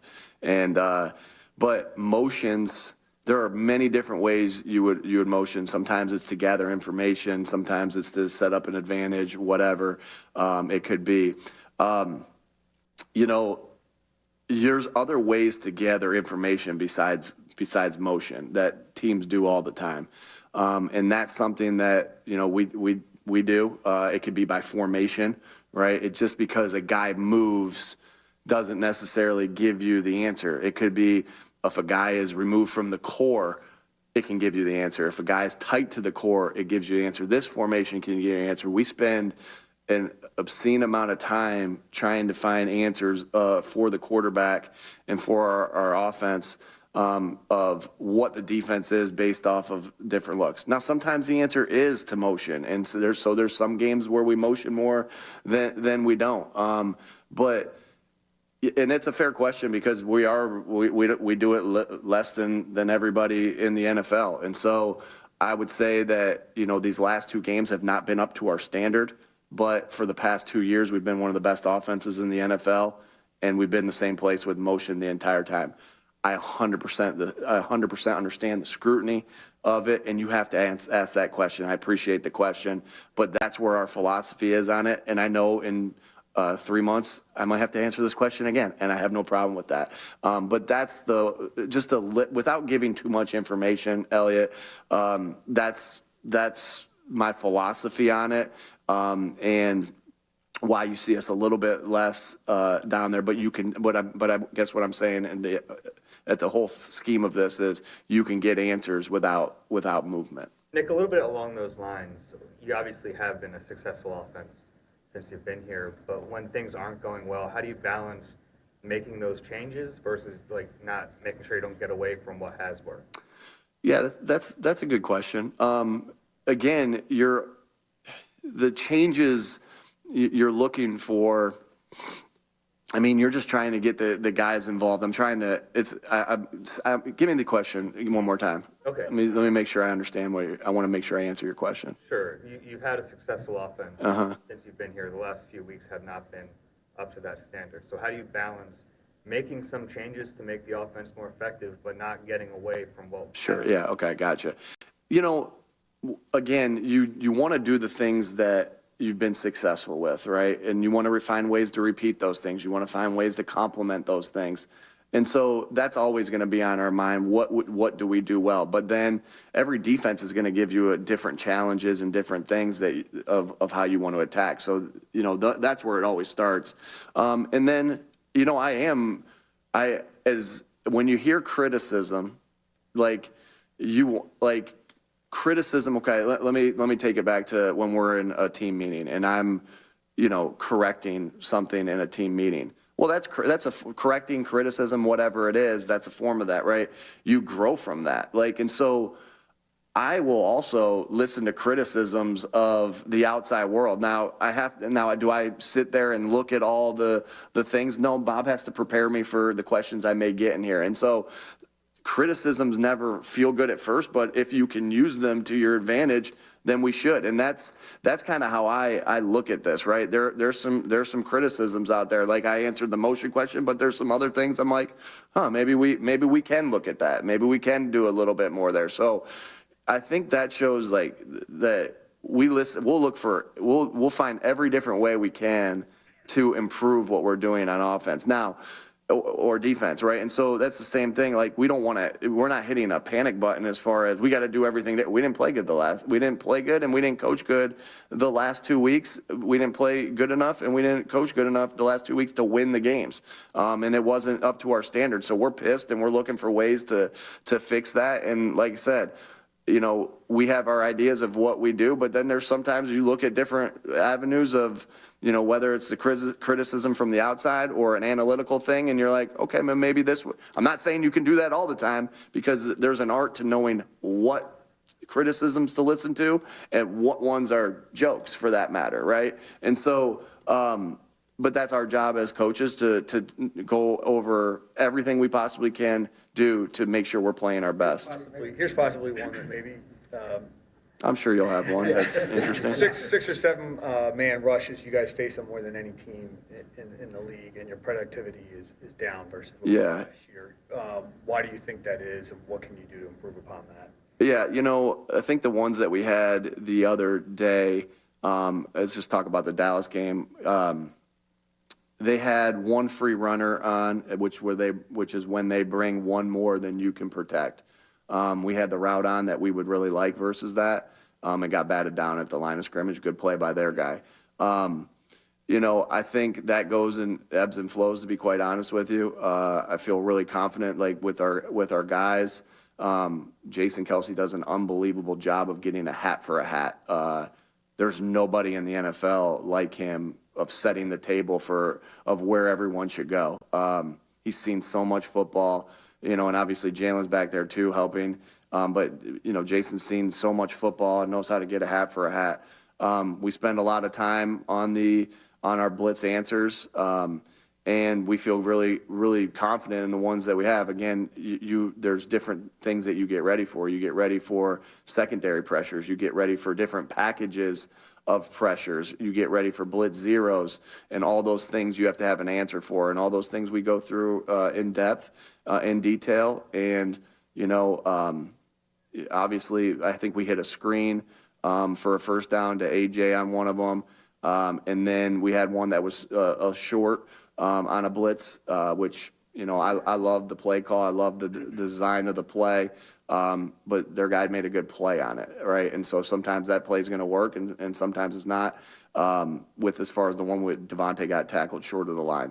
But we're thinking about it constantly. That's always something that's at the beginning. Like, when you do your blitz answers for first and second down pressures Monday. You do your pressure answers against different packages Tuesday, and we do our blitz zero stuff today.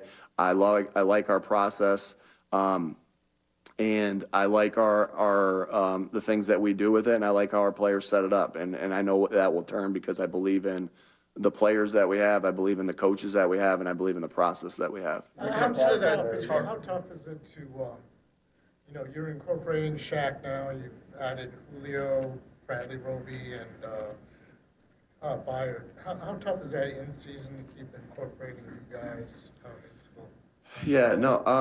I think that our guys have done a nice job of stepping in and being able to play. I credit to those guys that Howie has brought in, and a credit to the, with the football IQ that they have, and then credit to Howie, credit to our coaches to getting them ready. And I feel like we've brought the right guys in that have, fit in well. And so that again goes to Howie and his study of not just the player, but the person as well. And we feel like we feel really confident in the guys that we've brought in.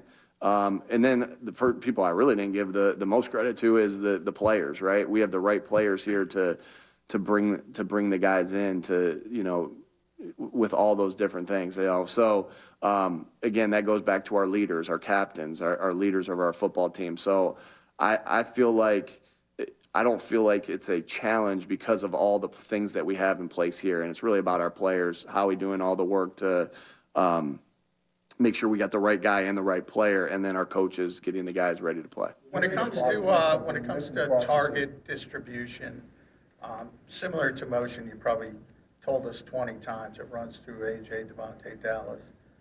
That said, in a typical game, you're going to have 7, 8 guys go back to San Francisco getting targets. So when you see it in one game where it's only those 3 guys, is that a problem for you, or is that? It's not because, we always want to get guys involved. Listen, DeAndre needs to touch the ball more out of the backfield as far as a receiver. He's a dynamic player. Now, to say, though, that you have 20 dropbacks in a game and you're trying to plan for everybody, that's just not the reality. That you're planning for the guys to get the football. Like, you're planning for AJ to get the football. You're planning for, Devontae and Dallas to get the football. That doesn't mean we don't have other plays on our plan that aren't going to Julio or aren't going to Quez or anything like that. Sometimes those don't get called in a game, just the way the flow of the game goes. And so Jalen did a good job of reading out the defense, and the ball went where we thought it should go on those. I thought Jalen played a good game, and the ball went where it should go, versus the defenses we were getting, and that was to those guys.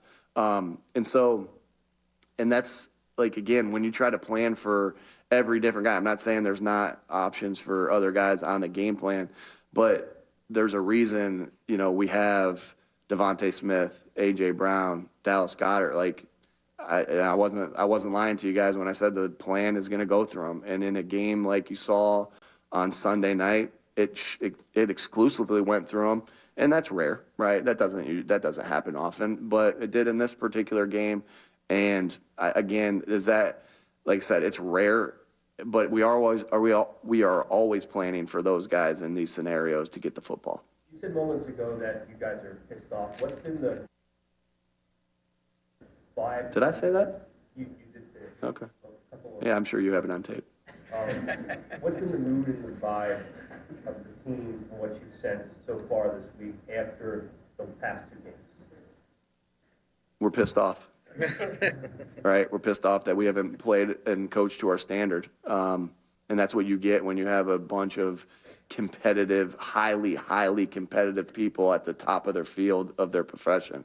And so we're pissed. And we know that being pissed only lasts for so long. You have to do something about it. And, we're going through some adversity right now. And adversity, we welcome adversity, right?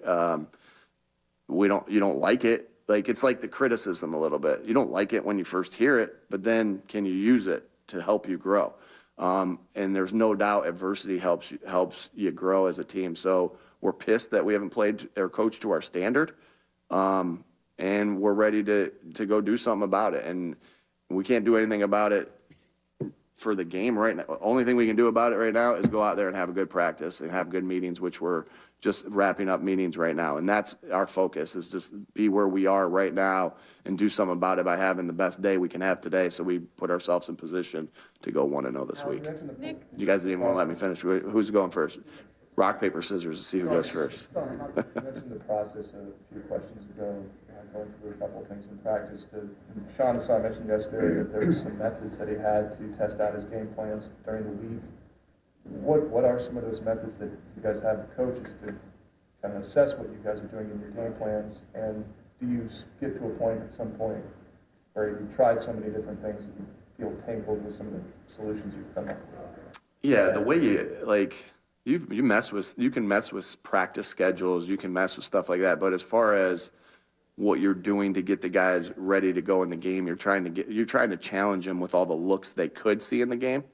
If this makes sense to you, you're trying to put them in every scenario. So as a defense, you're trying to put them in every scenario they could be. Like, let's say you're playing cover 3, you're trying to match every route versus cover 3 that they could run. And then you try to throw them some unknowns that you're guessing. Well, maybe they could, I don't want to say guessing, you're making educated guesses. Well, this could come at us too, because maybe we saw this in week 4 and it beat us on this. So everything you're trying to do as a coach is give them the answers to the test as much as you possibly can, so that when they go out there, it's just identifying what the question is. And then giving them some unknowns. So that's what you go through at practice. You're doing that offensively. All right, how do we run this play versus this front or that front or this front or that blitz or this coverage, right? And now the combinations of that are endless, right? But you're still making educated guesses based off of what the team does and what the team could do. And then you're trying to test your players of just maybe throwing some stuff in every once in a while that like I said, that that are completely unknowns to test their rules of within the play. And so, that's kind of how we go about the process of getting guys ready for plays in practice. And then it goes to, you also have individual. You guys are out during the individual part. I'm sure you guys would like to stay for the entire practice. We don't let you. Right, Bob? All right, and so there's this portion of individual that we're getting them ready for the fundamentals of what they have to go out and do, the tackling, the catching, the blocking, the throwing, right, against the different looks that they could get there. So it's one thing to mentally know what they have to do, but then they have to go physically do it with their fundamentals. So those are the different ways we get the guys ready to go practice-wise. All right, there is head coach Nick Sirianni. His midweek press conference brought to us Corporally's Bakery and Deli, world-famous tomato pie with hoagie and party trays. Every bit as good. That dude is a master at saying a lot of stuff but not saying anything at all. I respect the fact that he gives, answers. I do. I really do. I think it's important for fans. I think it's important for media, right? And the media is maybe not the voice of the fans because a lot of people don't like that. I feel like the media is too negative. But it's like the middle ground where you're getting the answers, and I appreciate that he gives long answers. But the second question, remember last week going into the Cowboys game when Sirianni was asked about Mike McCarthy having appendicitis, and there was a chance he was going to not coach in the game, but he's game planning from the hospital room. And somebody asked him about it, have you ever experienced something like that? And he started answering about appendicitis. No, I've never had appendicitis. I don't know anybody that's... And it's but it was a minute-long answer on appendicitis. The question was about game planning without your head coach and potentially game planning where your coach won't be involved. Because at that point, we didn't know yet if Mike McCarthy was going to be involved. So the second question I thought was a great question of, all right, how do you make changes? The guy asked, I forget who the reporter was, my apologies. He asked, hey, your offense has been very successful in the last 2 years and has been successful at a lot of parts this season, but you haven't been the last 2 weeks. So how do you make changes but still utilize the stuff that has been very successful, right? I thought that's a very good question. Then he goes on this whole diatribe. First, he had him ask the question again because he didn't really understand it.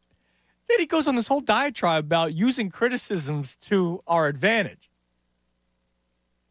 What? And then he got to the part, we're pissed off. We're pissed off. And it was this whole, we're going to rally the troops. And the answer, I swear to God, it was a 2-minute long answer. But he never answered the question. Boy, he's got notes? No, literally, I wrote down in my notes. Dancing around offense being bad, 2 minutes on criticism. Right. It had nothing to do with the question.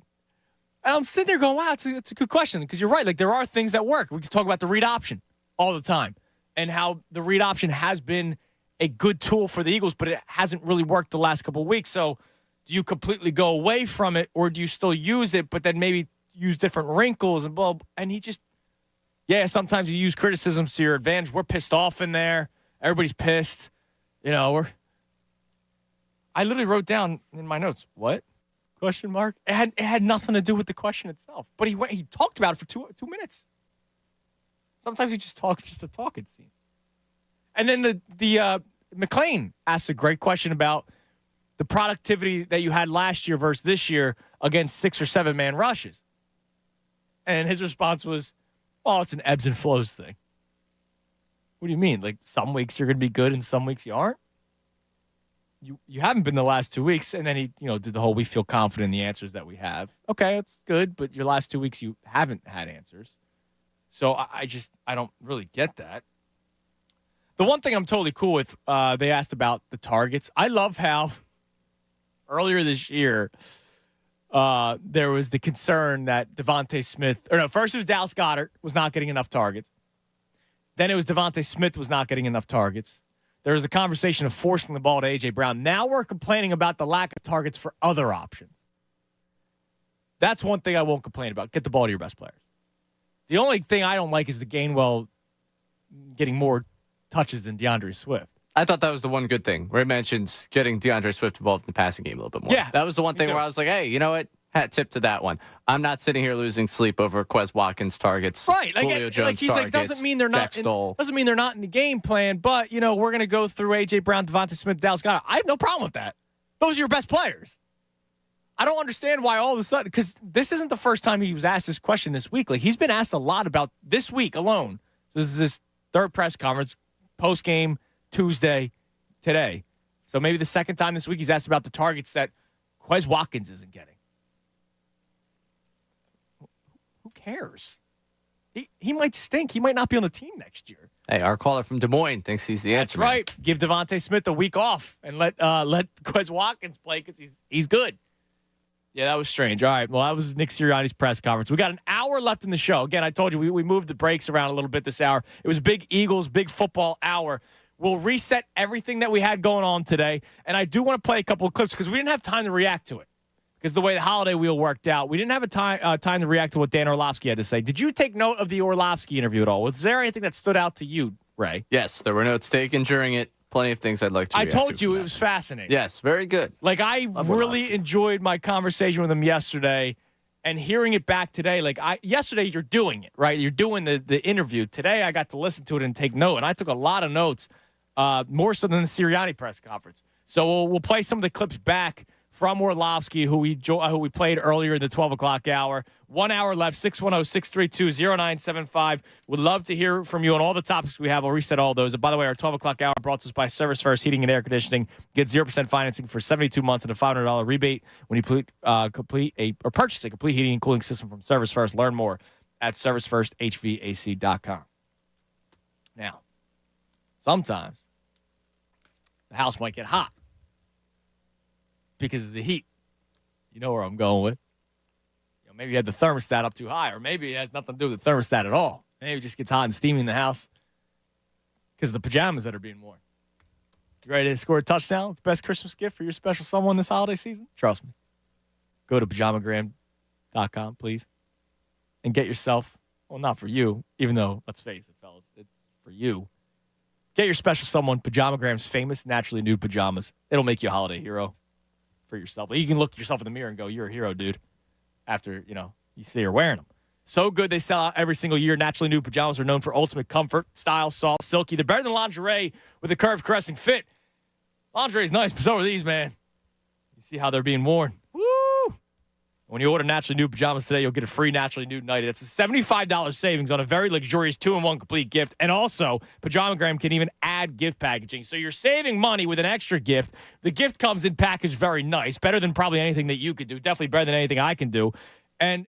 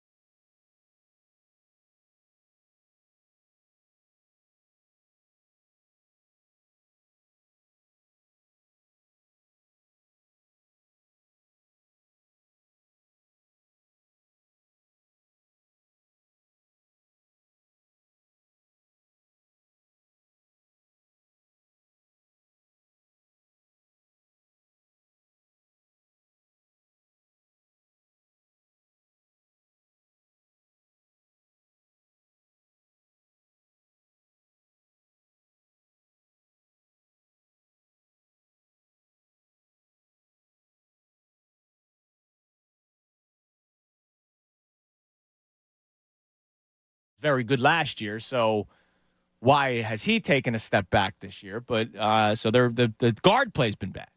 So the guard play was one thing that I took note of, just listening to him talk about the offensive line, which gets to the conversation about running the football, where he mentions it, but he also qualifies it with running the ball well. Yes. Something we have to, I want to continue to hit home here. Talk about running the ball. Just run it because, we got to run it. No, you have to run the ball well. It has to be efficient. It has to make sense. And him blaming the guards was something in there that I took from that. Chasing the big play, that was a big piece of what he was going for, the sustainability, basically, of what you've done on first and second down to put you in third down, where chasing the big play early has put you behind the sticks. And then when you're behind the sticks, it's just you're not going to be able to come back from that. And that's something we've hit home a million times talking about third and long. Yeah. You know, how many 3rd and 8s, how many 3rd and 9, 3rd and 7s. Oh, my God, it's been a million. And he put out a tweet yesterday that Jalen Hurts' QBR on first and second down, I forget if it was worst or like near the worst in the NFL on first and second down, which what does that tell you? It's now telling you that it's 3rd and long every single time. You know, sometimes you just watch enough games and you start seeing some things. You know, I know I lost my football guy tag not watching Steelers-Patriots the other day. It was good, man. I think I get it back because I learned a new phrase, kill the mesh, Ray. Kill the mesh. I was on to something. Defenses are just going right after Hurts. They're doing the zone read, and defenses are like, all right, well, we're just going to go after Hurts. You hand the ball off, good. You know, go for it. We're not going to let your best player, Jalen Hurts, who then has the ball in his football, who then can throw to your other best players in A.J. Brown, Devontae Smith, beat us. If DeAndre Swift and Kenneth Gainwell beat us, so be it. Kill the mesh. So I learned something. But I was on score one for the little guy, Ray. Yeah, you still didn't watch one of the last 5 times we'll see Bill Belichick in a Patriots hoodie. That's a good point. Yeah. All right, so I want to play a couple clips for you. One of the big things that we got into was the difference because as we have talked about, you and I, and he mentioned it, the Eagles' offense did have like a 6-week stretch of being very good where they were putting up a lot of points, scoring in the red zone. The last 2 weeks they haven't. Here he is talking about the difference in those 6 weeks of strength by the Eagles' offense to what we've seen in the last 2. Yeah, the biggest difference is when they've played well, they've created explosive plays, and both in their run and their pass game. And when they struggle, they don't get those explosive plays. And so that's why if you're not getting explosive plays and you're not being efficient, you're going to struggle on offense. And if you're not getting explosive plays and you're trying to chase, I say that all the time. I think when this offense plays poorly, they chase the big play. And so when you chase it, the other team gets paid as well. You just can't chase it. And I think some of those clips show, there's opportunities for the big play, but sometimes the answer is no, we didn't get it. And there's going to be no surprise that teams are going to play the same way that both San Francisco and Dallas played them. They played them really basic on early downs. They were inefficient running the football. They weren't completion-driven as an offense. And then third down, here it comes.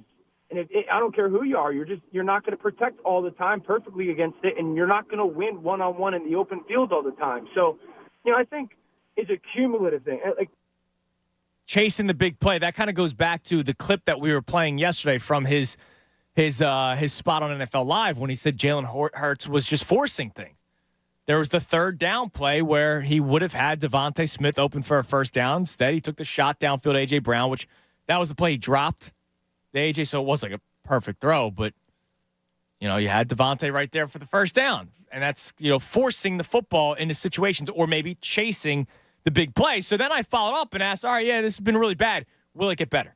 Yeah, it absolutely can get better because you have the people to do it.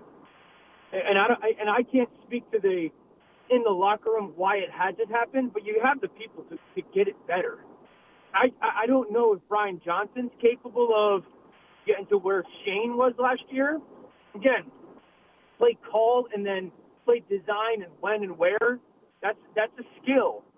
And I don't know if he has shown me, like, from the beginning to the end. Again, I think he's been good situationally at times, but not enough top to bottom. And let me say this, man. Seattle will not be a pushover, that defense. Right. Their defensive line is playing at a very high level. So this, again, Philly's offensive line still a good unit. It's not what it was last year. So I think this week is a really big challenge for that offensive line when it comes to that. So I think it get better because they have the people on the field that are capable of getting it done. And I want to see Brian Johnson get a little bit more innovative. See, that's the big part there, the innovation, which is something we've complained about for weeks. And it's one thing for us on the radio. It's one thing for, just the fans to point that out. Well, now the football guys are starting to notice it, right? It's interesting now because when he goes through discussing this, he mentions he's like situationally what he's seen from Johnson at times. He also mentions the innovation. There was another piece of your guys' conversation where we talked a little bit about design, play design. And I think it harps back to a little bit of where is Sirianni's piece in all this and where is the game plan going into the week as compared to in the moment. Because he's saying Johnson situationally hasn't been, has at times impressed him. And at times he's seeing good stuff from him. He also, again, mentions there at the end he wants more innovation. Is the innovation happening on the sideline, or is the innovation happening throughout the week leading you up to that game? Which I think is a piece of this that Orlovski, he's given a little bit of props to Johnson and also saying he needs a little bit more out of him. But is what he's looking out of Johnson something that Johnson's not getting from the entire structure? And notice the first question of the press conference today with Sirianni was about the motions. Dude, he sounded annoyed by it, Sirianni. Oh, yeah. He was doing the whole, trying to be respectful of, I appreciate your question, but I'm going to tell you why you're wrong. But he was, trying to explain it, sometimes our formations can show what the defenses are doing. It's not, to me, in response to Sirianni, I understand that, motion, I've talked about it. Motion can show you what the opposing team is doing. It's just also wrinkles that make the opposing defense think. That's it. Just a little, why is this guy streaking across, behind Hurts?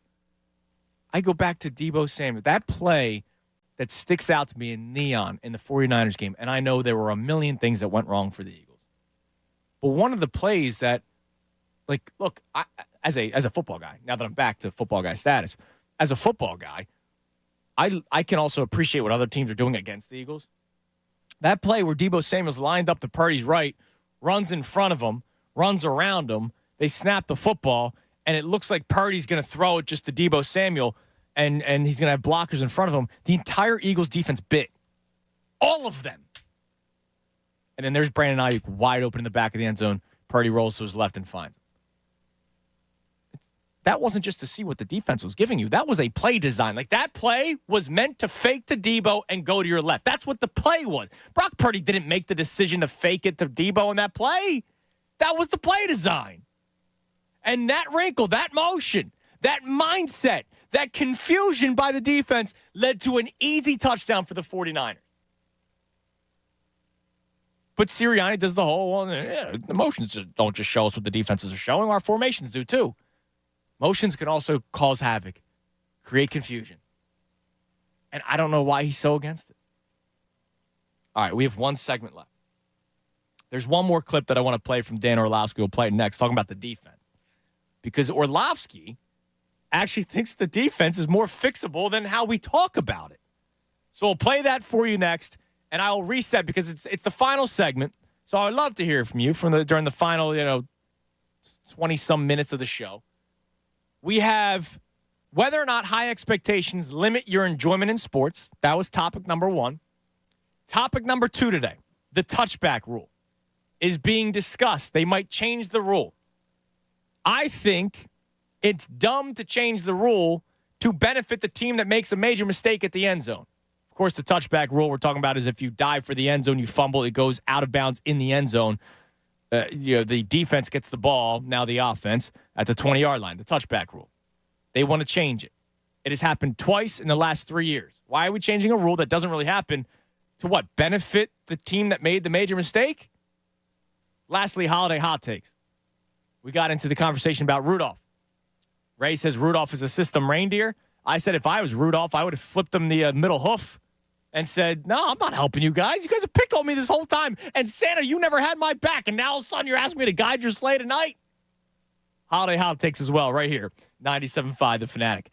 Now, this holiday season, all your wishes are coming true on FanDuel in partnership with Valley Forge. Right now, new customers get $150 in bonus bets with any winning $5 moneyline bet. That's $150 if your team wins. If you've been thinking about joining FanDuel, there's no better time to get on all the action. The app's super easy to use. Wide range of betting options, including spreads, player props, over-unders, and more. And speaking of overs, even though Dan Orlovski said that Seahawks front is playing good, I do think the Eagles offense plays well on Monday. I just won't come into work Tuesday if that doesn't happen. But I'm going to bet on a lot of overs for the Eagles offense on Monday, which we'll talk about more next week. So visit FanDuel.com/Fanatic. That's FanDuel.com/Fanatic and kick off the NFL season. FanDuel, the official partner of the NFL. You got to be 21 plus in President PA. First online real money wager only. $5 pregame money line wager required. $10 first deposit required. Bonus issued is non-withdrawable bonus bets that expires 7 days after receipt. See terms at sportsbook.fanduel.com. Gambling problem? Call 1-800-GAMBLER. Fanatic Sports.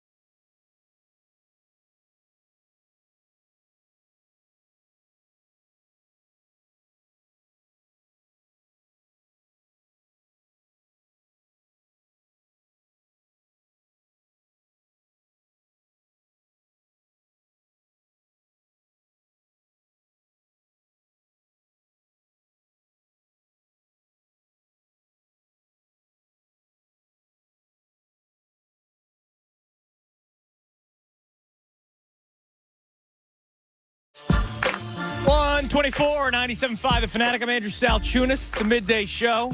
Final segment of today's program. We got the best show ever coming your way at 2 o'clock. I saw Tyrone and Jen and Ricky. Make sure you're listening at 4 o'clock as it's the next time to spin the holiday wheel. John Kincaid has checked in on social media. Ray.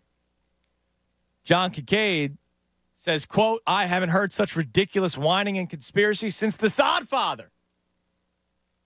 Now, come on, are you saying the Sod Father didn't have anything to do with the Eagles' loss in the Super Bowl? Come on, John. Barking up the wrong tree here. He's equating himself to the Sod Father. To which I replied, Sod Father greater than Wheel Father. This is tough. This is tough to watch because he seems kind of bothered by it. Yeah. Tweeting about it. He does. You know, it's like a little that. Upset. It's like what we had the conversation about Sean Bradley the other day. The Eagles linebackers, unfortunately, been hurt all year. And he, took to Twitter and said, we don't care about the noise that's being said about us, blah, blah, blah. Well, if you don't care about the noise, then why are you talking about it? Now, I was okay with the Sean Bradley tweet, but it's just kind of one of those where you're like, all right, well, are you not bothered by it if you're taking to social media to talk about it? It's when someone asks if you're okay. And you're like, I'm fine. I'm fine. It's okay. I'm fine. Don't worry about me. I'm fine. A number of times you say it. And you go, are you actually fine? Yeah, man, I'm good. Why'd you ask? Stop asking. All right, I'm doing fine. All right. As we close out the show, the stuff that we have in store, I'll update you on the Twitter poll first. The question I started the show with was whether or not you can enjoy sports when you have high expectations. And you should have high expectations. I'm not saying you shouldn't have high expectations. And it is better when your teams are good, okay? That makes sports more fun. The question, despite the lack of championships, I say that we are currently in the good old days of Philadelphia sports.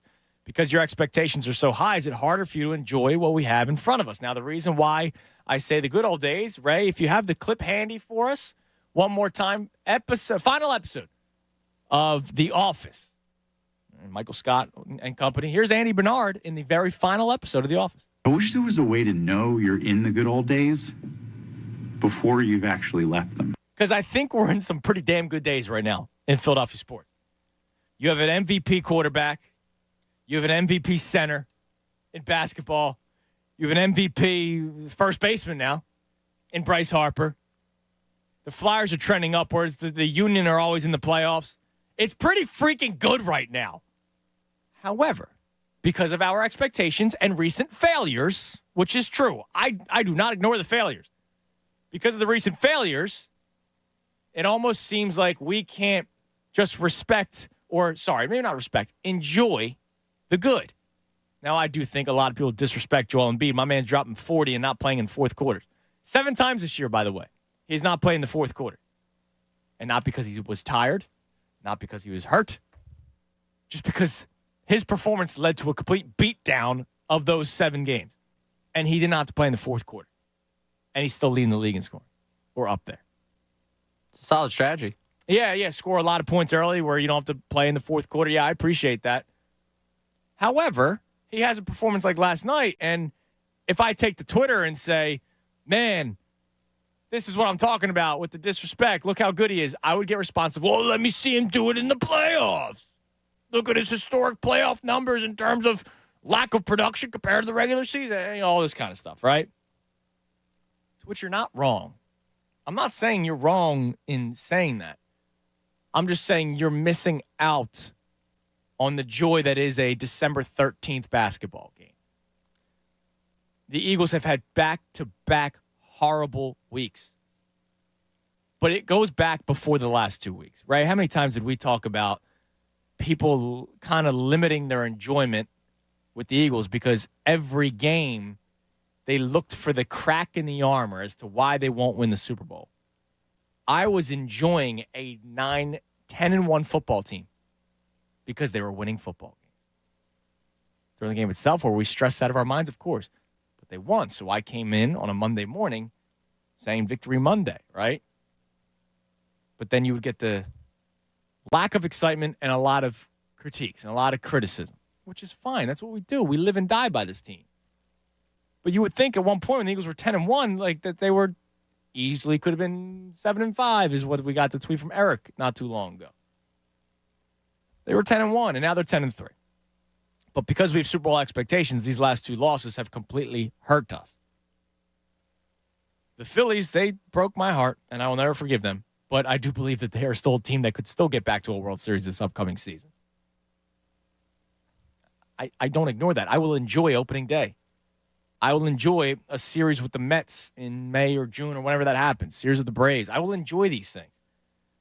So the question, despite the lack of championships, I believe that we are currently in the good old days of Philadelphia sports because your expectations are so high. Is it harder for you to enjoy what we have in front of us? 60% say, no, I'm enjoying it. That's great. But 40% say, yes, it is harder for me to enjoy Philadelphia sports when I have higher expectations. The other 2 conversations, the touchback rule, it might change. When you fumble the ball, it goes in the end zone, then goes out of the end zone. The opposing team, the defense, gets the ball at the 20-yard line. They might change that. I think it's crazy to help a team that made a monstrous mistake by losing the football trying to score a touchdown. Lastly, your holiday hot take. 610-632-0975. Let's go to Chris and Brigantine. Chris, you're on the Fanatic. Hey, Andrew, how are you? What's up, Chris? How are you? Andrew, I love all the conversation today with the Eagles. Everybody's missing one little thing that I noticed. What do you got? From the 2017 team. Mm-hmm. They're missing a spirit, Andrew. They're missing a certain spirit. A saint? That they're missing. There was a spirit there. Now, I'm going to tell you, because of the way the season went, the spirit worked that year. They're missing. I'm not saying they're missing Nick Foles, but they're missing Nick Foles' spirit. Okay. All right? That's all I could say, because the way I'm watching them interact on the sidelines, you know, like the offense with the defense, they don't cheer for each other. They go back, they sit on the bench, and they're sitting there staring. No, you got to have. I mean, they don't have the. They definitely. I don't want to hurt anybody. I think they celebrate. I think Hurts is just a robot, and that's the guy you see the most on the sideline. Yeah. But here's the deal: were you talking about Nick Foles' spirit before he started playing football games? Yeah. No, his spirit. No, yeah, his spirit before he started playing football games. Yes, the spirit that he brought with him. Because I know when Wentz got hurt, I knew they were going to win the Super Bowl. Oh, everything is lined that up right? team-wise, but I knew because of the faith. Now I'm going to call it faith. All right, I knew it. Okay, I knew, and it came true because I knew it. That's what they're missing. I think they're missing that. You don't hear it. You heard it with folks in the interviews, this and that. You don't hear it. That's what needs to be done, especially Sirianni, good Italian boy like that. You know what I mean? So I'm a South Philly guy. Yo, everybody wants to use South Philly. From South Philly. But South Philly was tough and had spirit and had faith. And that's all that has to come back. And that's why them teams won. Thank you, Andrew. Of course. All right. Thank you, Chris. Thank you for the call. I just like the Nick Foles spirit. I don't remember anyone talking about Nick Foles' spirit when he wasn't playing. Like, I don't remember. Now, they were a fun team. Remember, they had the incredible celebrations. Right? Remember Malcolm Jenkins was they were doing the camera roll and they were doing the dance together. Oh, yeah. They're dancing, celebrating. They had a lot of fun. The bowling celebration. Yep. A lot more celebrations. I don't know why there aren't as many celebrations. Really, the only one in the last 2 years was Devontae Smith stealing out of the Salvation Army bucket. Well, we all made the whole big thing about when Julio scored the touchdown. They all went over and celebrated with him. Like, yeah, but that was just like a happy. There was no. I'm talking about like the creative celebration. Like the Dolphins, they lead the league in creative celebrations. Oh, so it's not that they're not creative enough on offense. They're not creative enough when they score. I would rather them. That's where it starts. Focus on the scoring than the creativity of the celebration. Yeah, I agree. I might be a little out of turn on this one. Well, it's like Darius Slay, complaining on social media about what people were saying about him, and he's saying, I play well. But, like, your defense didn't. Like, it's figure that out. I'll pass on the whole spirit thing. I think the spirit was fine when they were 10-1. I think I agree. It's been broken a little bit over the last 2 weeks. There's one person in my life that I'll say had faith in Nick Foles before anyone else did. Chris, I don't know you, so I'm going to venture to say you were probably with the rest of us on the whole season's probably over thing. One person I'll give credit. I believe Chris. Who do you give credit to? My buddy Asin. He was a Nick Foles guy through and through. Okay. He was The one that when it happened, he's like, "Oh, they're going to win the Super Bowl now." That was like, wow. Yeah, he's the one person. He's got there's a little bit going. He's a little crazy with that, but he had faith in it. That's the one person I give credit to. I give. But the spirit thing. Congrats to Addison. Yeah, spirit thing. By the way, Jeff McClain, quick update. Reed Blankenship. Remember he left the game with the concussion protocol. Has his pads on before practice, so he's at least far enough in the concussion protocol to be out on the field today. Gives him a shot at playing Monday night. So that's a good sign for Reed Blankenship. Thank you to Jeff McClain for putting out that information. Let's go to our man Heavy in Huntington Valley. What's up, Heavy? Yeah, what's good, bro? What's up, man? I mean, I don't think you can doubt that. Yeah, we are currently in the zenith of Philly sports right now, and despite the Eagles' struggles the last 2 weeks, I definitely think it's fixable, and they can find their ways into a lengthy playoff run. I mean, it hurts right now, right? It really does, but we are a city right now that has seen a team in the last 2 years make it to the World Series and the NLCS, a team that has been in the Super Bowl and is now 10-3. We've seen a Sixers team that, yeah, man, it sucks. They lose in the second round, but I got one of the best players in the world on my team. Yeah, I think that's the whole point. You got to have high expectations. That's the best thing about sports. And I certainly was losing my mind for a few weeks after the Phillies debacle. Yeah. But, we got the Eagles right now. And I think coming up, it's definitely a turning point in the season coming up this Monday night because you look at this team, it's been 8 weeks and Jalen hasn't looked great. I mean, you look at this team 2 weeks ago, I don't think anyone was arguing who not only the MVP in the league was, but who the best team in the league Yeah, and that's why, I hate the David Carr thing. Like, he waited until after they lost the game where Hurts did not look good for really the first time in a long time to all of a sudden say he can't read defenses. Yeah, he's got no credibility. Don't worry about him. Absolutely. You're right. You're right, Heavy. You're right. I appreciate the call. I appreciate it. Now, speaking of the defense, one more clip from Dan Orlovski. So we had Dan Orlovski. I recorded it yesterday. We played it earlier in the 12 o'clock hour today. So we played a couple clips in the previous segment. He talked about the difference from the Eagles offensively when things were going really well during that nice stretch of games. And then, of course, the last 2 weeks, it has not been looking so good. I asked him if they could fix it. He said yes. But one other area that he thinks they could fix is the defense. Take a listen. Anywhere that Darius Slay's not covering, you feel pretty good about, and getting their linebackers in any type of, whether it's zone or man coverage. And you can trap and wham this defensive line because they're so upfield. So, I think even going back to this past week, man, I know Sean Desai. I'm a fan of Sean. I grew up with Sean. I've known him since we were kids playing Little League baseball together. I do get frustrated because I got clips last week where they're playing man coverage, man-to-man coverage, and Darius Slay is covering Michael Gallup, and Roby's covering CeeDee Lamb. Mm-hmm. Why? It's not, maybe I'm not smart enough, but I know that when it comes time to, hey, we got to go, and we're going to play man coverage. Number two, you follow 88 everywhere he goes. Why? Because you're paid $20 million to do that. Everybody else figure it out. And so I get frustrated when I watch that football team defensively, and I go, why are they covering that guy with that guy? And so I think I've said this for weeks now. I think Philly's defense is more fixable than people give credit for. Do they miss C.J. Gardner-Johnson and Devontae? For sure. I just think they just give themselves such bad matchups before the ball ever gets snapped. And they played a disadvantage too consistently with that. Now, my question for you, Ray, is does that make you feel any better that he believes if you just change the matchups up a little bit that it could benefit the Eagles? Now, I will say this. What do you think one of the best games for the Eagles defensively was this year? What's one of the best games? Limiting the Dolphins to 17 points. Okay, that's one. Can you give me another one? Because I have a point to get across. Okay. Let's go limiting the Chiefs to 17 points. That's another good answer, but no. I'm going to give you the Tampa Bay Buccaneers. When they played the Tampa Bay Buccaneers. Thank you. Congratulations. You win.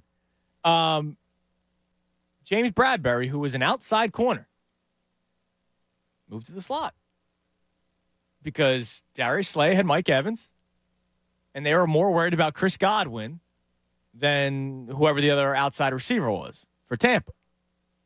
And this was when Maddox was hurt. Roby wasn't there yet, right? So, yeah, Roby wasn't there. Job played outside corner.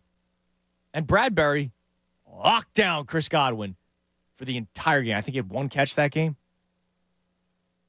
Now, maybe Darius Slay says, hey, listen, coach, I'm an outside corner, and that's all I can do.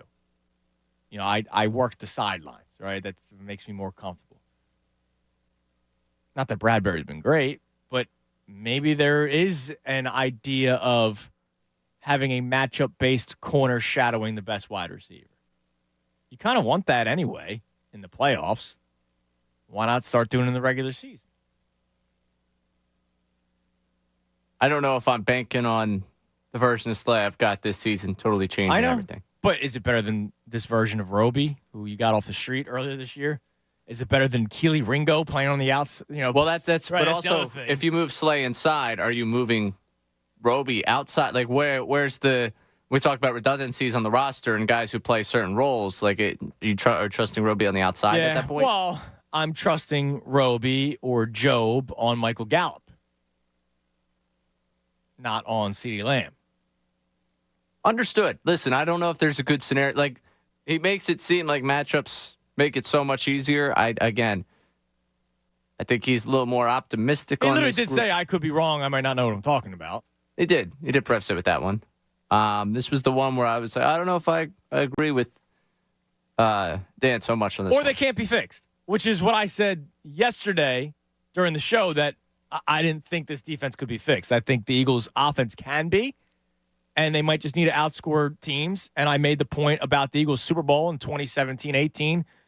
They made one play defensively in that entire game. So the one thing about that, if you want to compare it to that season, are they capable of the defensive performances that put them in that space?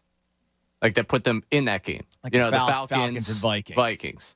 Because both the Super Bowls we've seen over the last 5 years, we could point to the fact they were offensive shootouts.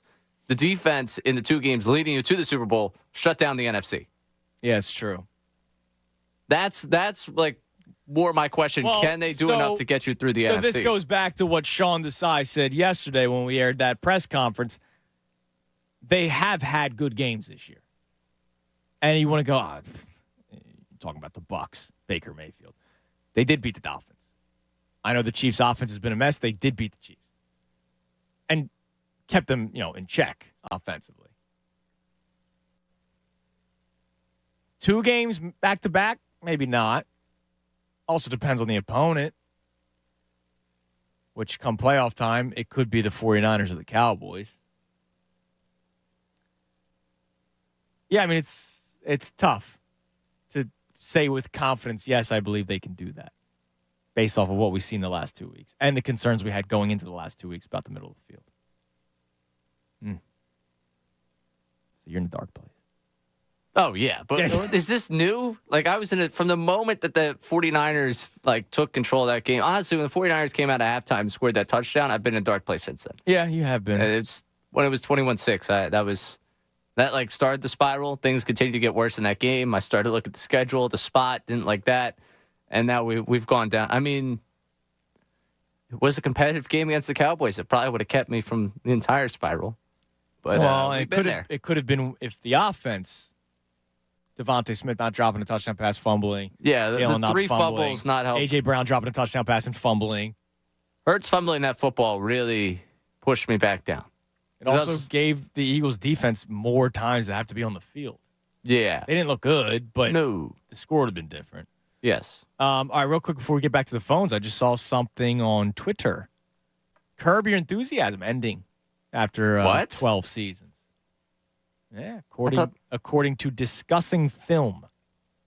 Oh, what's Discussing Film's credibility? 1.3 million followers, your leading source for quick, reliable news, home for healthy and liberating discussion on all things pop culture. Oh, but I could put that on my bio, All right, Curb Your Enthusiasm. This is sad. I've never watched it. You've never watched? I've not done like the full binge through, but I was roommates with I love Seinfeld. I've watched Seinfeld a million times through. Mm-hmm. I have watched Curb with my Seinfeld loving friends who've actually gone through and watched it. Hilarious. Okay. Oh wow, yeah, Variety reporting it too. Yep. Wow. Okay. How about that? You disrespected. I didn't want to believe it. Disgusting film. I didn't want to believe it. This was me living in denial. So big news on the television front. Curb Your Enthusiasm ending after 12 seasons. Are we done with Larry David? Is there any more? Is he gonna do another project? What's this? Does he write? I mean, does he still write? Maybe. Curb comes to an end. I have now the opportunity to finally. What? No, this feels. I don't like this. I don't like All this. right. Sorry for you. For all the Curb fans. There's a lot of Curb fans out there. Sorry to say. Sorry to break the news. Don't kill the messenger. All right, let's go to Tasty Cake Dom. Dommy, what's up? Andrew, what's up? Hey, Ray. How you doing, man? Earlier in the show, Andrew, you got a tweet or something from a guy that said that from 73 to 83 were the golden years of Philly sports. Yes. Well, there was a lot of frustration in those years, too. Yeah, of course there were. You know, so the Sixers go to the NBA Finals in 76. Portland. They don't win it until 83. They're 55, 60-game winners every year, Andrew. Right. And they can't break through. Sounds very familiar. Right. They cough up a 3-1 lead to Boston in 1980. That was so frustrating to the fans and everything. There's a very, very famous commercial where Doc's sitting on the bench, and he apologizes for the loss, and he holds up his massively long finger and goes, "Sixers fans, we owe you one." Right. We owe you one. It was an unbelievable famous. And then at the parade in '83, Pat Williams says, "I can now proudly say, Sixers fans, we owed you one, but you're paid in full." So there was a lot. And then during the pandemic, you played the Black Friday game. I relived it. Yeah. So there was agonizing losses. It was a great time because the all four teams were really good. This is a pretty great time. I mean, if you love basketball and you can't appreciate what this guy is doing, Andrew, I mean, I've never seen anything like it in my. He is absolutely, without a question, and I'm 59. Mm-hmm. He's the greatest Sixer of my lifetime. Hey, he's the best player I've ever seen play in a Sixers uniform, and I love Allen Iverson.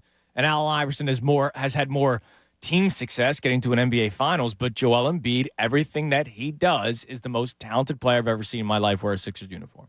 Right. Allen made a big deal that last night he passed Shaq for most. He's got more 40-point games than Shaq now. Mm-hmm. There's no doubt in my mind he's better than Shaq. He can do more things than Shaq.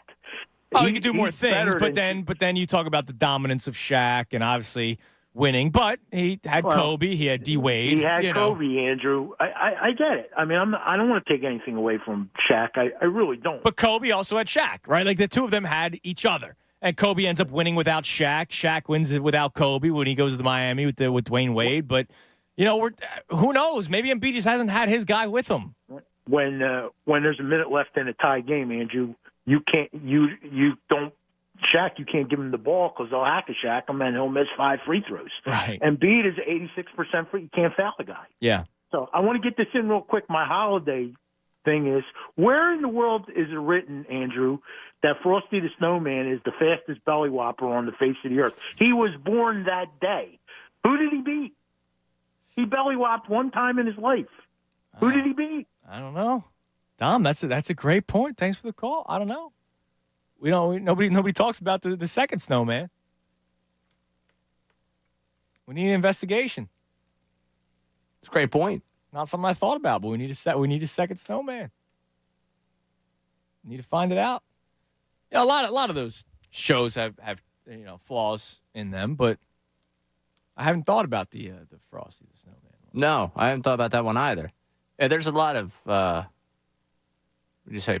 Plot holes? Yeah, which we will continue this. I mean, the holiday hot takes, because there's a lot of them. I got one on a song that I found out was very unpopular. Tell me. Well, why would I tell you today when I could tell you tomorrow? Okay.